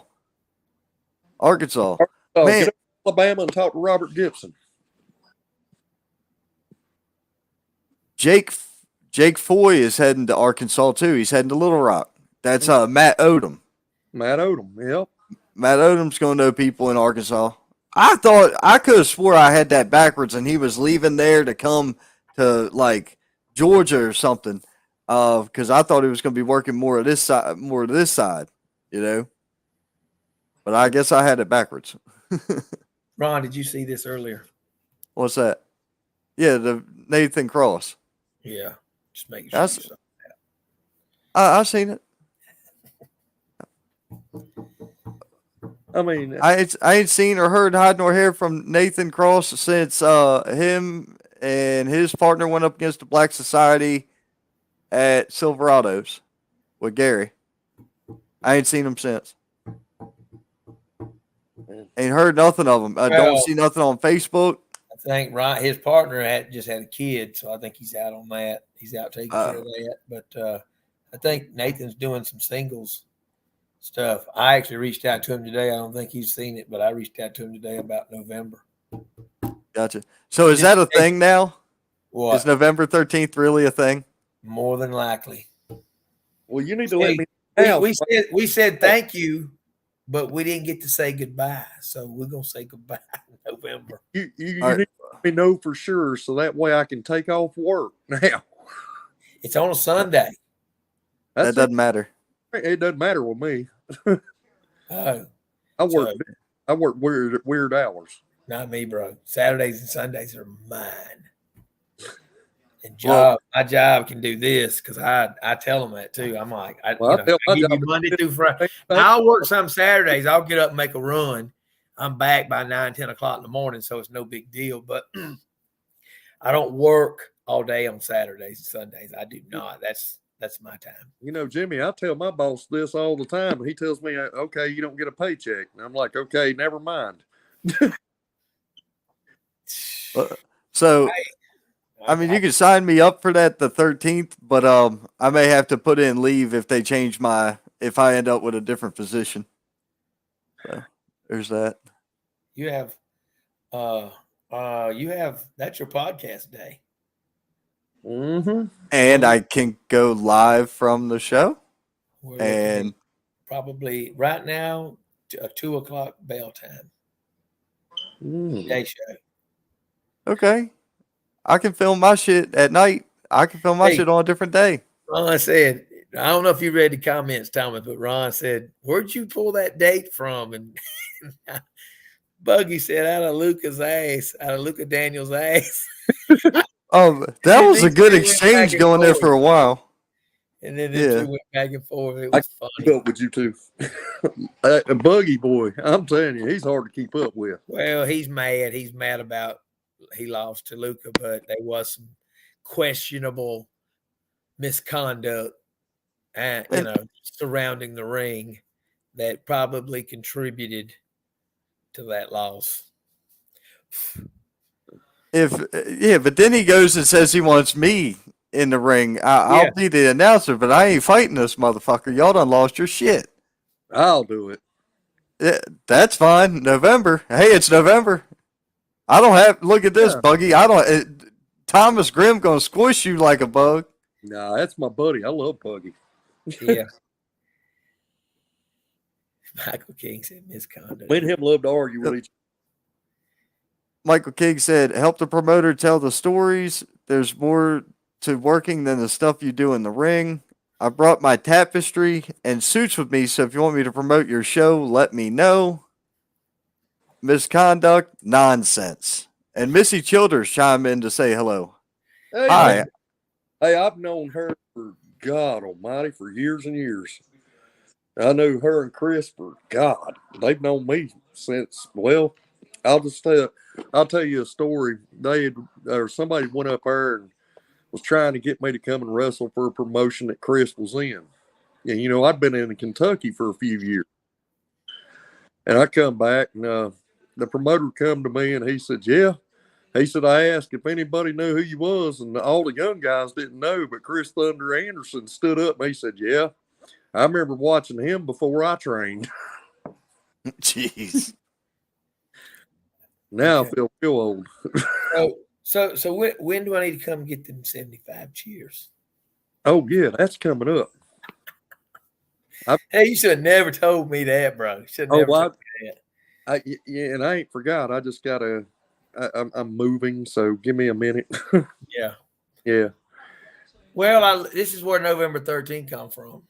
So I look on I look in my weather app, and November 13th, 70 degrees and no rain.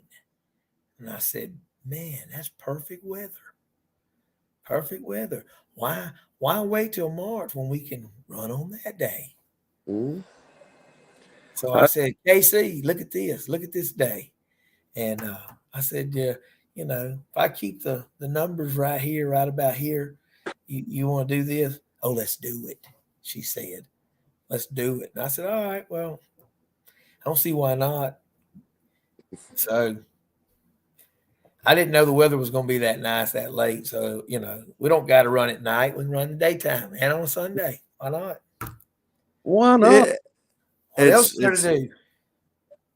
Casey said that's her birthday weekend. It's the weekend before my birthday. So, Okay.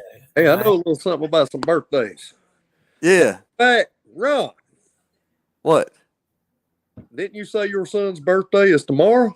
Or It Saturday? was yesterday. His party is Saturday.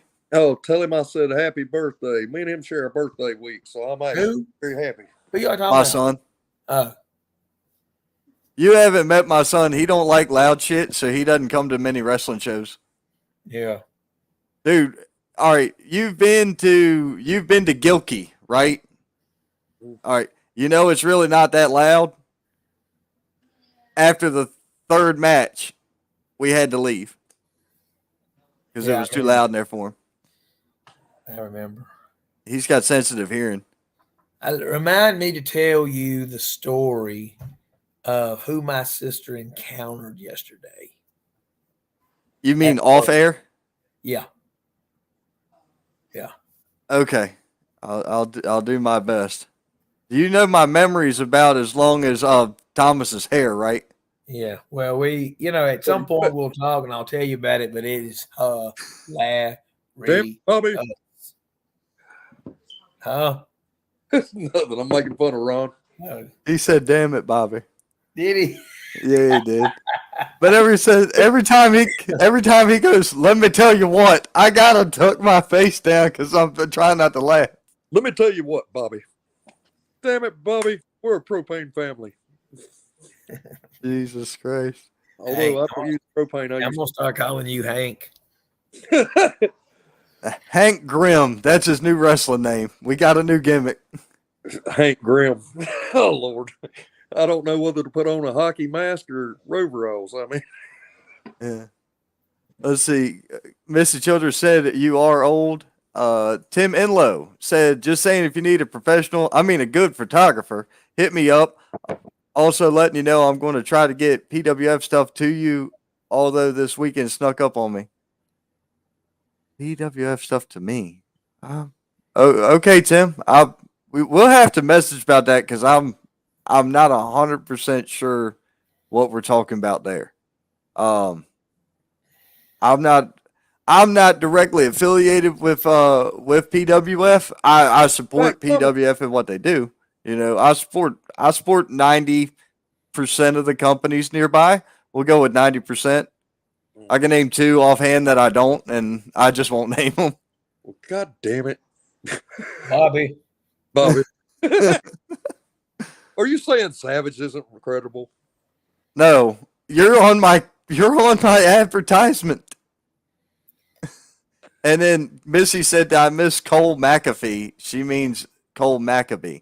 No, Cole was unfortunately unable to make it this evening. Yeah, he's cheesesteaks.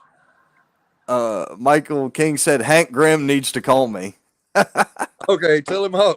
Jimmy, tell him about me calling you back. Yeah. Yeah. Don't worry. It's the same with me. It is the same with me.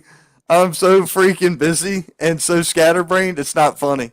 And I just learned something new today. Did y'all know that there's a such thing called PCS? It's called post-concussion syndrome. I did not know that was a real thing until today.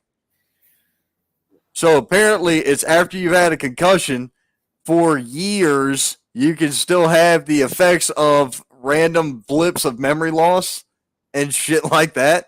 I didn't know about that till today. I'm calling. That's what's wrong with me. I've had several. I've had a couple, but I think the last one really did it in. Hey, but the key is this. Sometimes I'm glad you don't call me back because I usually get busy doing something and don't want to talk anymore anyway. Yeah. But then later when I've calmed down and chilling and I'll go, he never did call me back. And then you give me shit about it.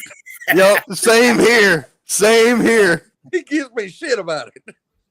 Well, look, this is what you need to do. Hey, I need to go, man. Hey, I need to go. All right, I'll talk to you later.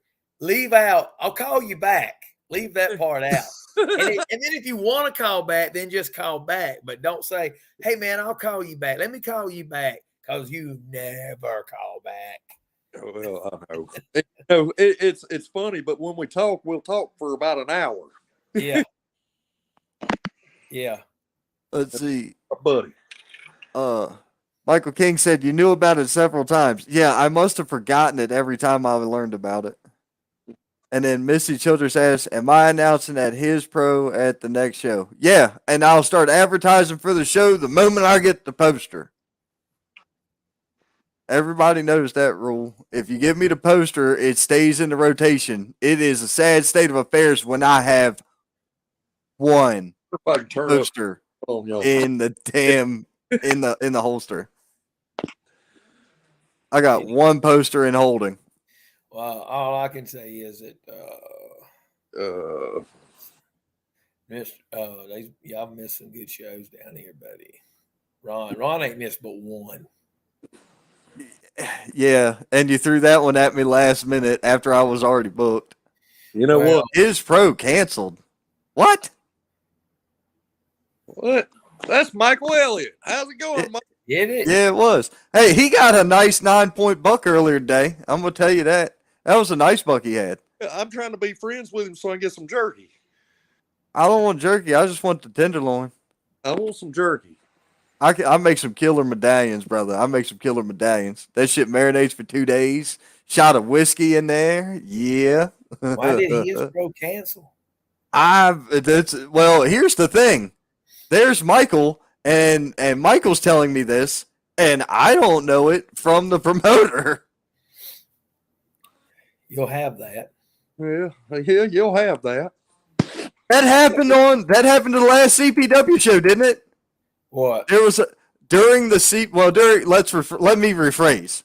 There was 2 CPW shows running the same day. Oh yeah, right? Yeah. And the other one canceled, and everybody's like, "Who the hell is this guy telling everybody it's canceled?" I'm like, "Hell if I know," because it wasn't a promoter. Yeah. It was, I think that was the announcer. Was announcing that? So. You know, it's weird tonight. We got somebody that has a standalone show that does his show at one venue. And what now? We got a promoter on here that does his show at one time, at the same place all the time. And then you got a traveling show, and we're both telling you the same things we want.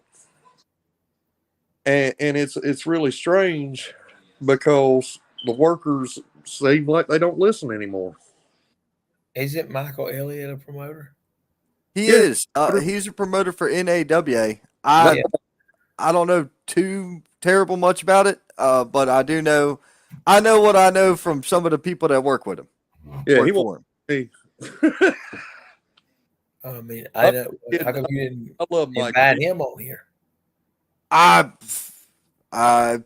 So here was my theory. I was trying to stack it kind of out there, right? My goal was to not have just promoters that I work for because I wanted unbiased and unbridled opinions and thoughts. So while I do support guys like Shane Dorr and Zach Thomas at TK, I got to make it to a TK show.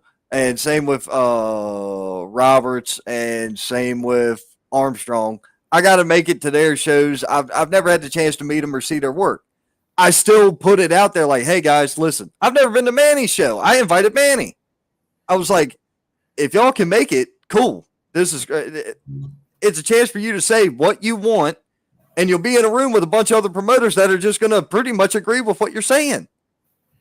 Gary had something going on. Everybody had something going on, and it's fine. Shit happens. I don't care. Dude, we've been on for an hour and 45 minutes, and this has been a fucking laugh fest. Damn it, this has been so damn funny. If I've got the content room on my show that gets put out on the podcast itself, I'm going to burn it with this. I'm going to put this on there and use up the space. I'm going to need Thomas to get a tag partner or Thomas be the manager of a wrestler and it be Hank and Bobby. Damn it, Bobby. Well, Yeah, hold you on, can hold get on, hold on, ringside, and when he ain't winning, you can go, "Damn it, Bobby." hold on, hold on, hold on, hold on. I'll be Bobby. He can be Hank, and then outside, now we just gotta, We can get Boom the High. Bob. We'll make it the Blob, and it'll be Larson, and then we need a Marvel character or an X-Men character. Because remember, the Blob from X-Men, it's Larson, and then he can be outside, and then you got to have somebody else for, to make sense with that inside against him. I just You think it'd could be funny that he'd be out there. exactly. If he wasn't winning, he'd go, "Damn it, Bobby, we're a wrestling family." You know, it's funny. There was a guy that used to work with me, and this guy sounded just like him. I mean, and I just started sounding like this dude. You know how you work with somebody for so long, you start acting like them sometimes? Oh yeah. Hey, listen, I worked at this one place, and me and this one guy, Carl Childers, is my favorite character, and this other guy was crazy about it, Sling Blade too. I swear to you, every day, all day, every time we interacted with each other, we spoke to each other in a Carl Childers voice.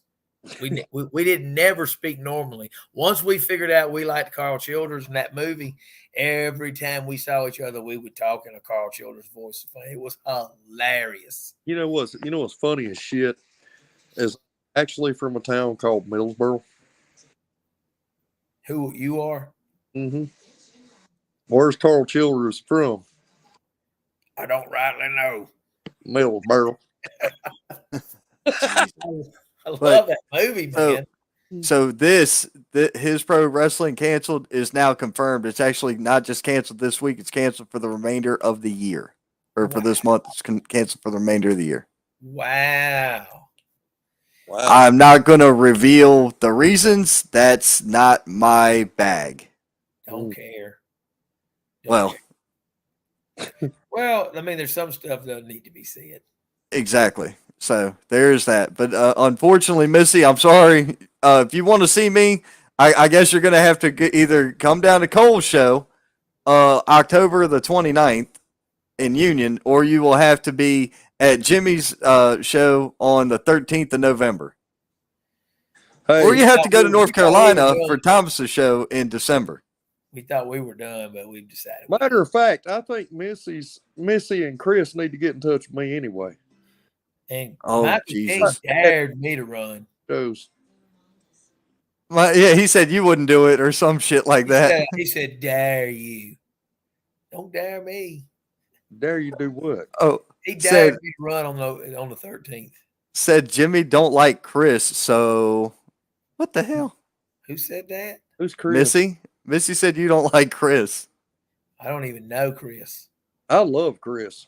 Chris Thunder Anderson, CTA? I've never met him. I've never met him. I've never had a conversation with him. Hey, Missy, you and Chris get a hold of me tomorrow, I please. promise you this. You know how you're pretty straight up and pretty blunt about shit? That's how Chris is. That's exactly how Chris is. How did I come not to like him? Hell if I know. I just read the comment. How do I dislike somebody I've never interacted with? Hey, that's wrestling. That's the wrestling business for you. That's exactly what that is. I have no idea. Hey, well, there's your answer because of Chiefy. Well, anybody that puts any faith in what Chief says, well, that's on you. Yeah, that's on you. Chief ain't never gonna have nothing good to say about me. So anybody listening to him bump them gums, that's on them. Yeah. I quit interacting with that guy years ago. And never will again. So that's all I'm gonna say about that. Because that's the bottom line. Now, I mean, there's I've had to announce him a couple times at his. I don't I don't Now, wait a care. minute. Was she saying because of Chief, like because Chris and Chief are buddies and me and Chief ain't, or because something Chief said? I've That was that's gonna have to be a conversation with y'all, bro. Because I have no clue. You're asking questions. Now, I look. mean, I'll say this: people can work with, be friends with, and interact with whoever they want to. Whether I like them or not is irrelevant. But because somebody does associate with Chief, doesn't mean I'm going to automatically not like them. So I'll put that out there. I don't just dislike people I don't even know because they have. I mean, I had AJ Frost on the show. What Saturday? Uh, yep, and he's an APW regular and been up there with Chief for years. So it's yeah, Corey, you had a bunch of guys from there. yeah. So it's not. I'm not going to automatically dislike somebody because they're friends with Chief, but I don't. I won't talk about Chief. I don't talk Oh, about none of that shit around them oh, or anything like that. says, oh, it's because you worked for or because he worked for Chief. Chief has never said anything to y'all about them or to them about you. Oh So, well, I don't. I've never met Chris. I've what the hell is that noise? never had a conversation with him, and you know, I I don't just not like somebody that I have never interacted with. I have to have a reason. Oh, What happened to Thomas? I don't know. He dropped out. His connection started getting all mumbled, and then he dropped Is out. he doing? Thomas, he may come back. No, he's not in backstage. He's gone. Like Damn, you can't see backstage, but basically, there you damn. go. I'll show you that. I'll send you that later. Um, but and then Missy came back and said it's all good. I was like, well, yeah. Hell if I know. You had him there. You had Corey there. You had King used to work there. Christ, I don't know, but it's just like how the business is. People will talk, they'll spread rumors and tell lies and stuff like that. So I figured it probably had something to do with something like that. But we uh, no, I ain't never. man. Well, we not talking about AJ Styles. We talking about AJ Frost. I don't know if that's who you're talking about or not, but Missy said, I think if you saw a picture of Chris, you'd know exactly who he is. No, I have seen pictures. I think He was on he wasn't at he's HPW when I was there. no, he's been at Uprise. He's been at Uh, HWA. He's been around. I'm he wasn't at Uprise the two shows that I went to, and then He was there right before them two. yeah, yeah, I know. I mean, I know who he is. I've just never nothing. Never met, interacted with, or anything like that. Yeah. Dude, listen.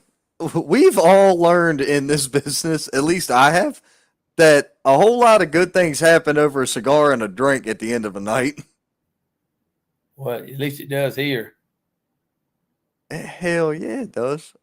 Oh man, I bet you I don't have that one saved. I don't have that one loaded in the hopper. Damn it. Which one? I was the one with you with the damn backwoods. Yeah. I didn't know what he was talking about at first. It didn't dawn on me when he first mentioned that's what he was talking about. What? The Oh, cigars. yeah. He was talking about the cigars. I wonder where Thomas has. Did his phone die or something? It's possible. He's good for that one. His phone dies a lot. See there, he might have got a phone call. Missy said, "Sorry, I was not trying to stir the pot. Please forgive me." And we were at APW when you was. Hell, I totally don't remember that, Chris. I don't remember it. Do you remember him, Gav? In there? No. I don't know. Christ, Gavin was just a kid. Yeah, I don't Well, remember he's who still a was kid, APW. but Yeah, he was what, 10? Barely. He was about 10 years old. We've been gone from there since 2018. I think we That's only started in 2016 and we left in 2018. that's only 4 years ago, man. Yeah. No. Well, I know, but when we started going there, that was 6 years ago. So that makes Gavin 9. So he's about 9 or 10 while we were there. Gotcha. But I mean, I had fun. I had fun there playing the commissioner and the battles with the legends and stuff like that. It was fun. But the BS got to be too much, and there was a better road out there, so I went and traveled it. Right. I'd like to see where CPW would have been had COVID not showed up. Right. I agree. Man, that was even for me because I was brand new to it. I was brand new in the business, and like when the first two shows there, I was like, man, I love this. This is awesome. And then it died. I was like, oh shit. I didn't know what was going to happen when when anything started back up or if it was going to feel the same or anything, you know what I mean? That's what it looks like, that picture. That's what it looks like backstage. So like I can add and remove you from here. Right. But Well, Thomas's picture was completely gone. his phone must have died. That's the only thing I can figure. Well, you got to plug up. You're gonna sit on the phone for 2 hours. Yeah. Be on a podcast. Well, for nah, 2 hours long. dude. These new phones are especially these new iPhones are badass on battery, brother. There ain't no denying that. Well, I'm gonna say this: we are very, very seriously thinking about putting on a show November 13th. I've already reached out to some people. I've already got a poster in the works.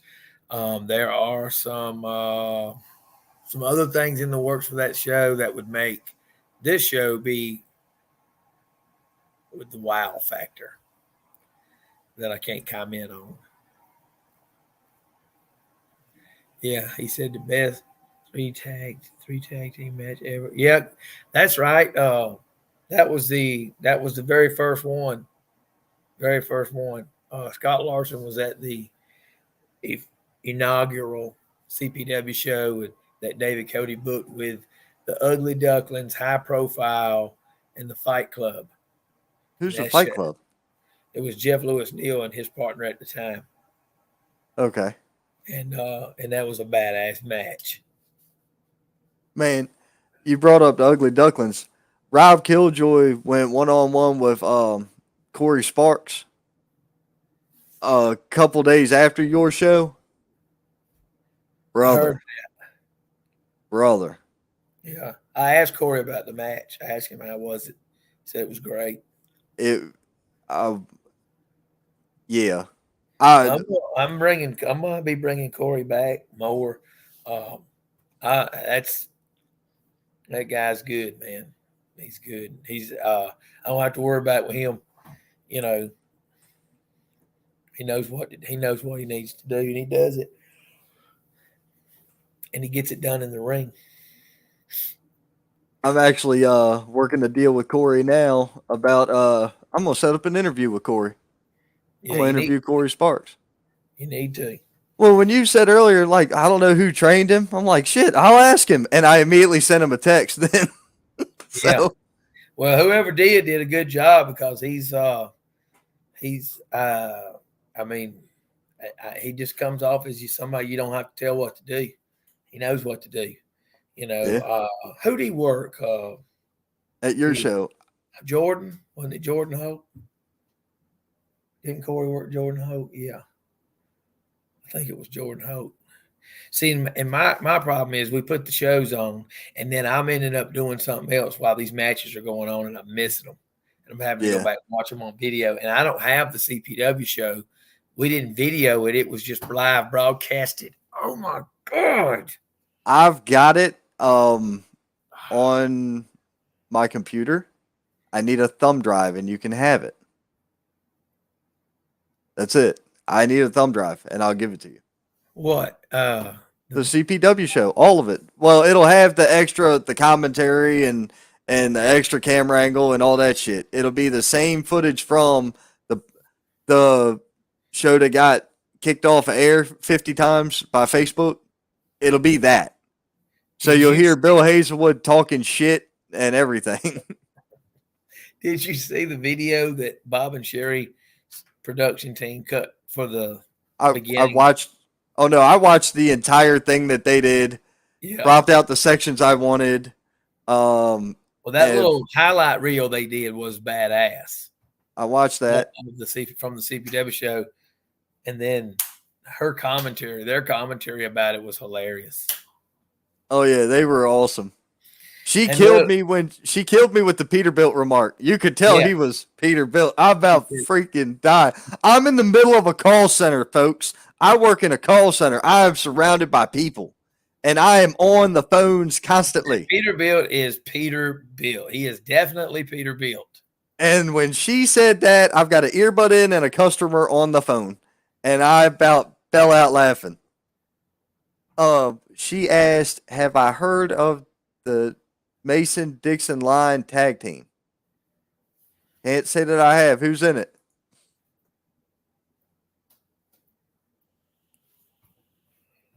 Watch, it's gonna be Mason. That cat Mason. That I hope it ain't anything with a Confederate flag in it. I don't know, man. Thomas was just was saying one time about they were. Oh no, that wasn't him. That was Bobby Diamond said that. He was like, we rolled through the ring, and we had Confederate flags and shit on our gear. We were signing them and handing them out, and the crowd ate it up. They did, and back in the day, Buck had it too. Buck, Okay. Buck. What was Buck's tag? What was that team? They was called the Bad Street. The New Age Freebirds. Yeah, they had the Confederate flags on there. Let me tell you something. When I first got to APW, that used to be a bar back in the day, a country bar, and that back wall had a humongous Confederate flag on it, painted on it or something other like that. Let me tell you what. I told Chief, I said, that right there is going to limit your crowd. I said, if you know, people who show up over here for the first time see that might be offended and not come back. So he agreed, and we covered it up. But when we started covering that thing up, I got so much hate. There was so much hate for me at the time because everybody they knew that was me, and they's like, you know, they were pissed because we were covering that Confederate flag up, and I was thinking, wow, you know, just I couldn't believe it, but we still did it. They might have uncovered it after I left, but She said, "No, it's not." Well, I don't know that team Mason Dixon line. I don't know who that is.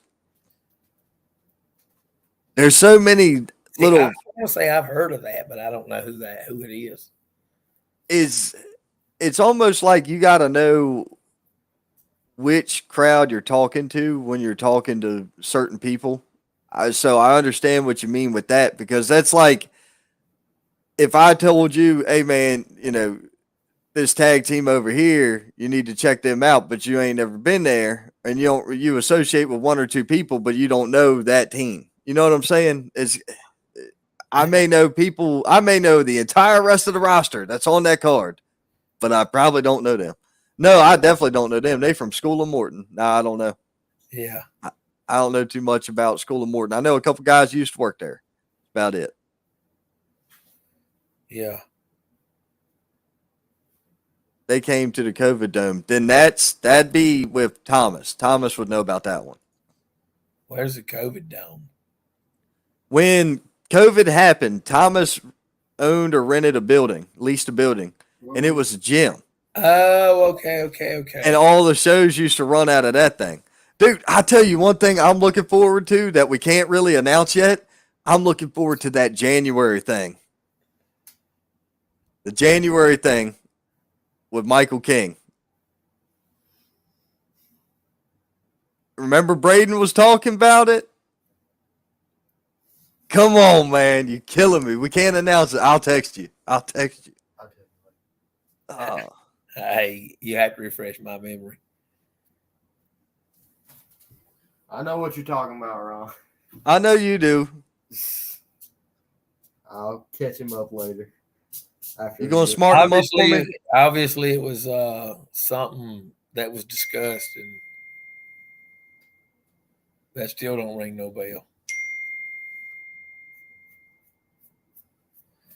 That's totally news to Jeez. me. That's Good. totally news to me, bro. No.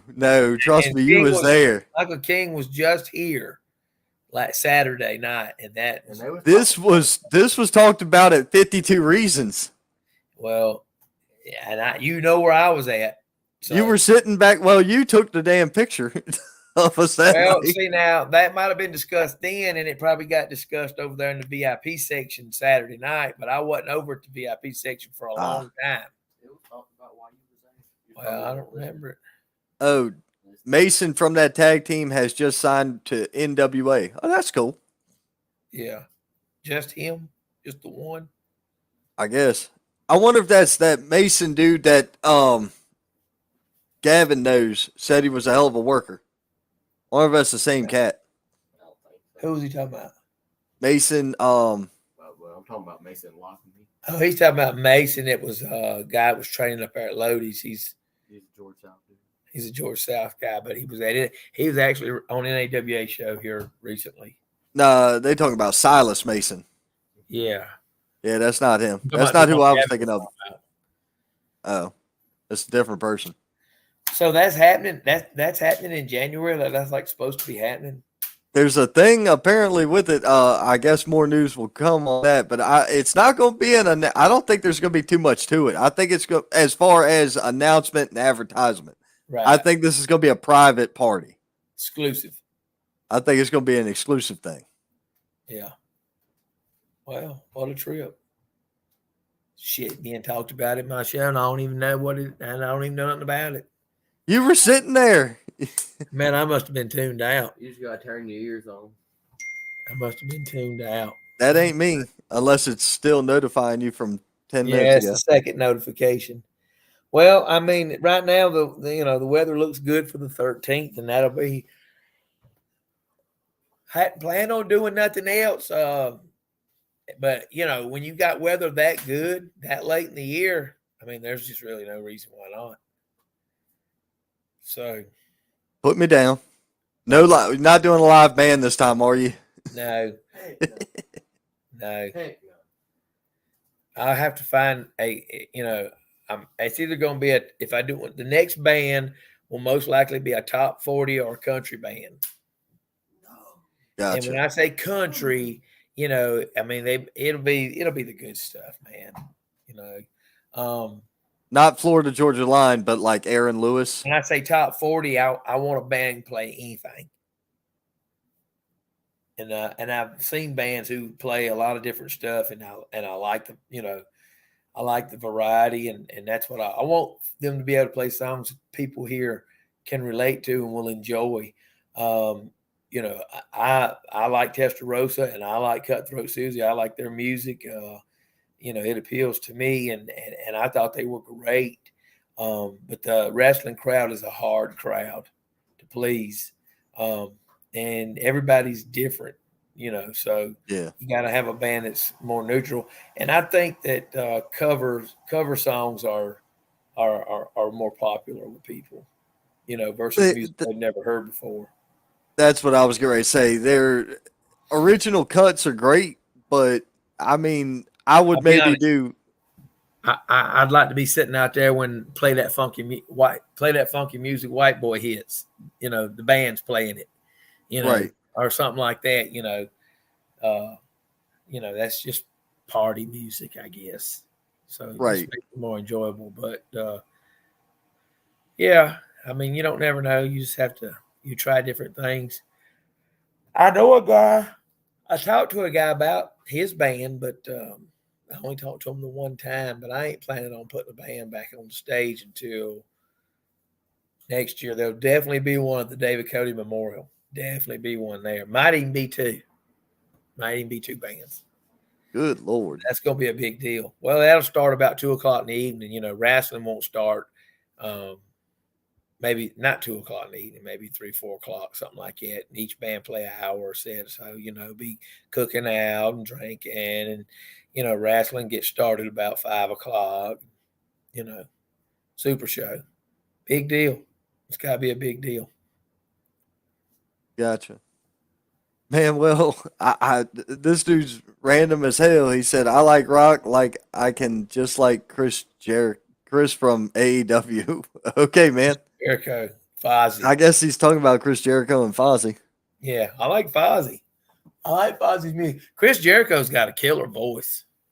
Dude, I like a couple of their songs, yeah, definitely. But as far as their style of music's fine. I don't mind their style at all. Yeah. It reminds me of that 80s, late 80s, early 90s Man. rock. Yeah. I put metal in a different category. Metal to me is more like even Metallica's old shit, Ride the Lightning and Justice for All, stuff like that. Yeah. To me, that's metal. The reason why I call it metal is because that was my era, and that's what we called it. Okay. That's what we called it. We were metalheads. So Motley Crue and stuff like that was heavy metal. See, now I would have put that in like Ozzy. Well, Ozzy had like ballad rock, but it was still hard rock, heavy rock. But I wouldn't have considered it metal. You know what I mean? His old stuff is unbelievable.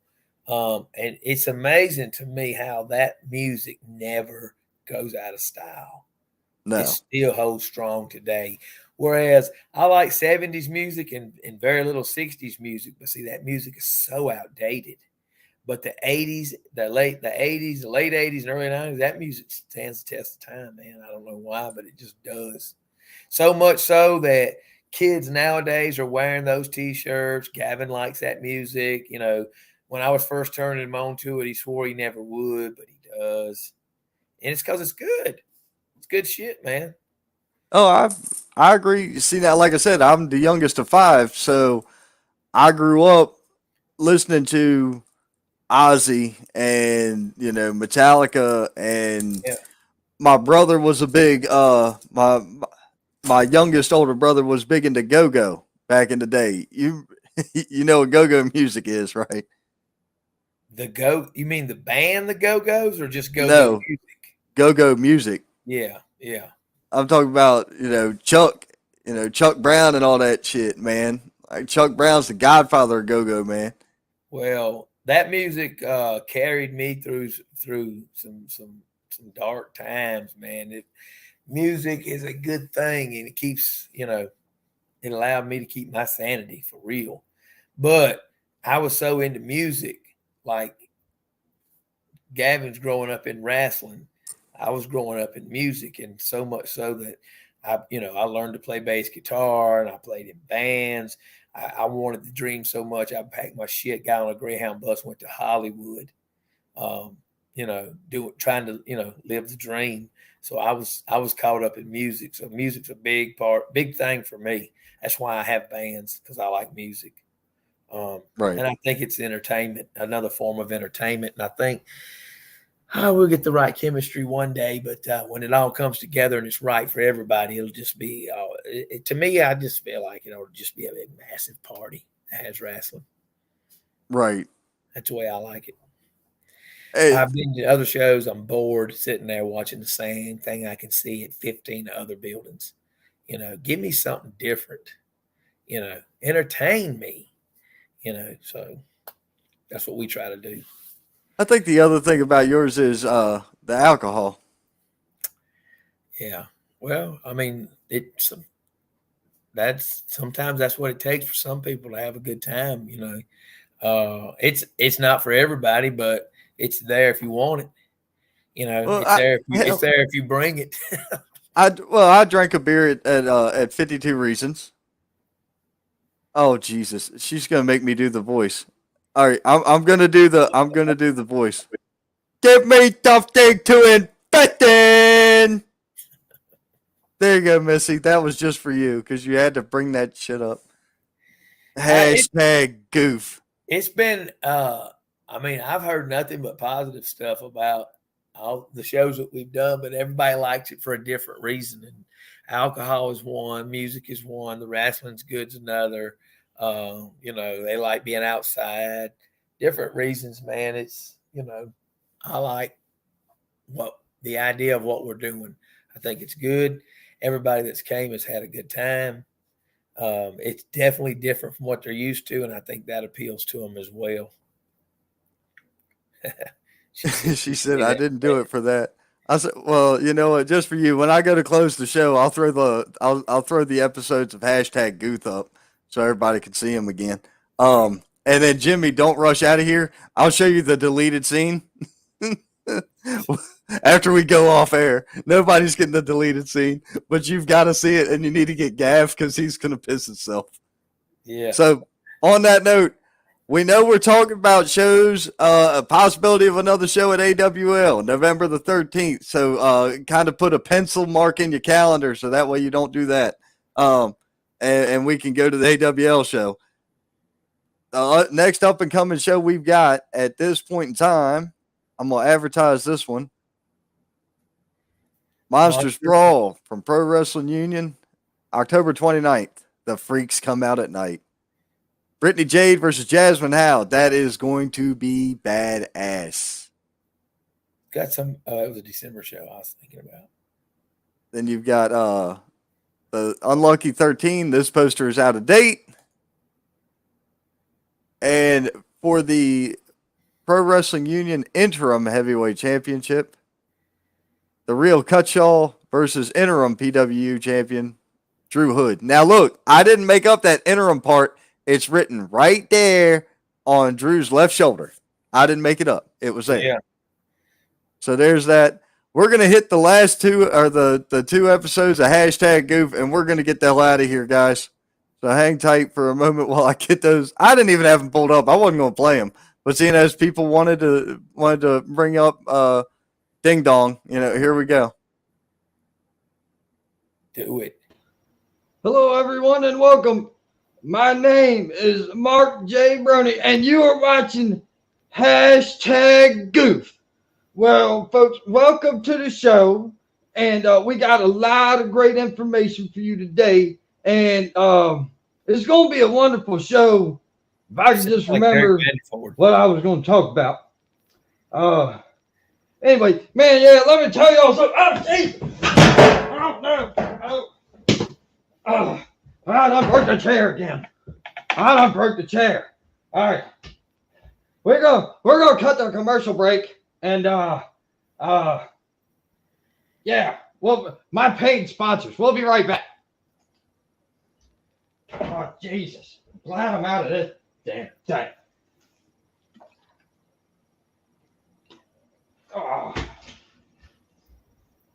Oh, hell.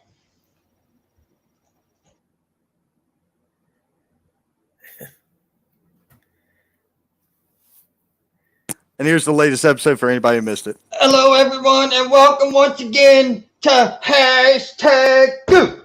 So, listen here.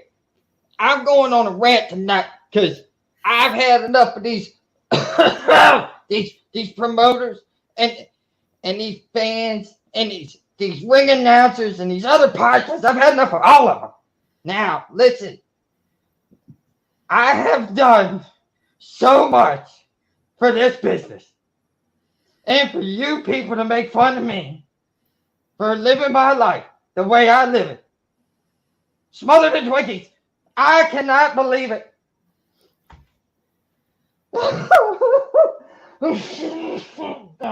No. Now I'm telling you what, I'm gonna quit again, and I'm gonna quit for real this time because I've had enough. It's time to go. It is time to go. Hashtag truth out. This is Jay Brownie, and I'm hashtag Goof's biggest fan. Listen. We need you, hashtag Goof. I need you. I pawned my elementary school ring so that you could pay for another month of this show. Oh, I'm sorry it didn't cover the whole thing. That's the biggest ring I got. I never went through no more school. So we need your hashtag Goof. I believe in you. His name's Jay Brown. Oh, hello and welcome back to hashtag Goof. I have decided after I got all this out of my system that I'm gonna come out of retirement again. Again, I'm coming out. God, give me something to invest in. This is Mark J. Brony for hashtag Goof. Oh, Jesus, look at this mess. I haven't gone through this many tissues since Mae Young got exposed on Monday Night Raw. Oh, God. Honey, help me clean this.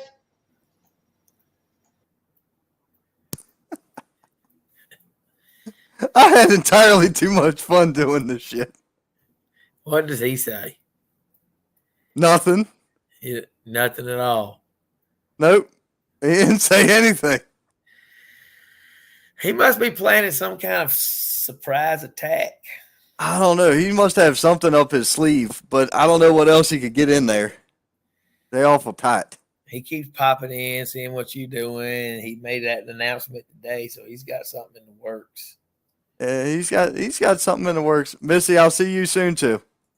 But hey, look, I don't know what he's got in the works. I don't worry about it. Have you ever noticed? You ever hear McDonald's talk about Burger King? Nope. Ooh, Yeah.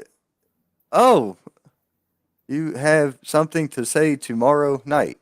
Oh, well. Okay then.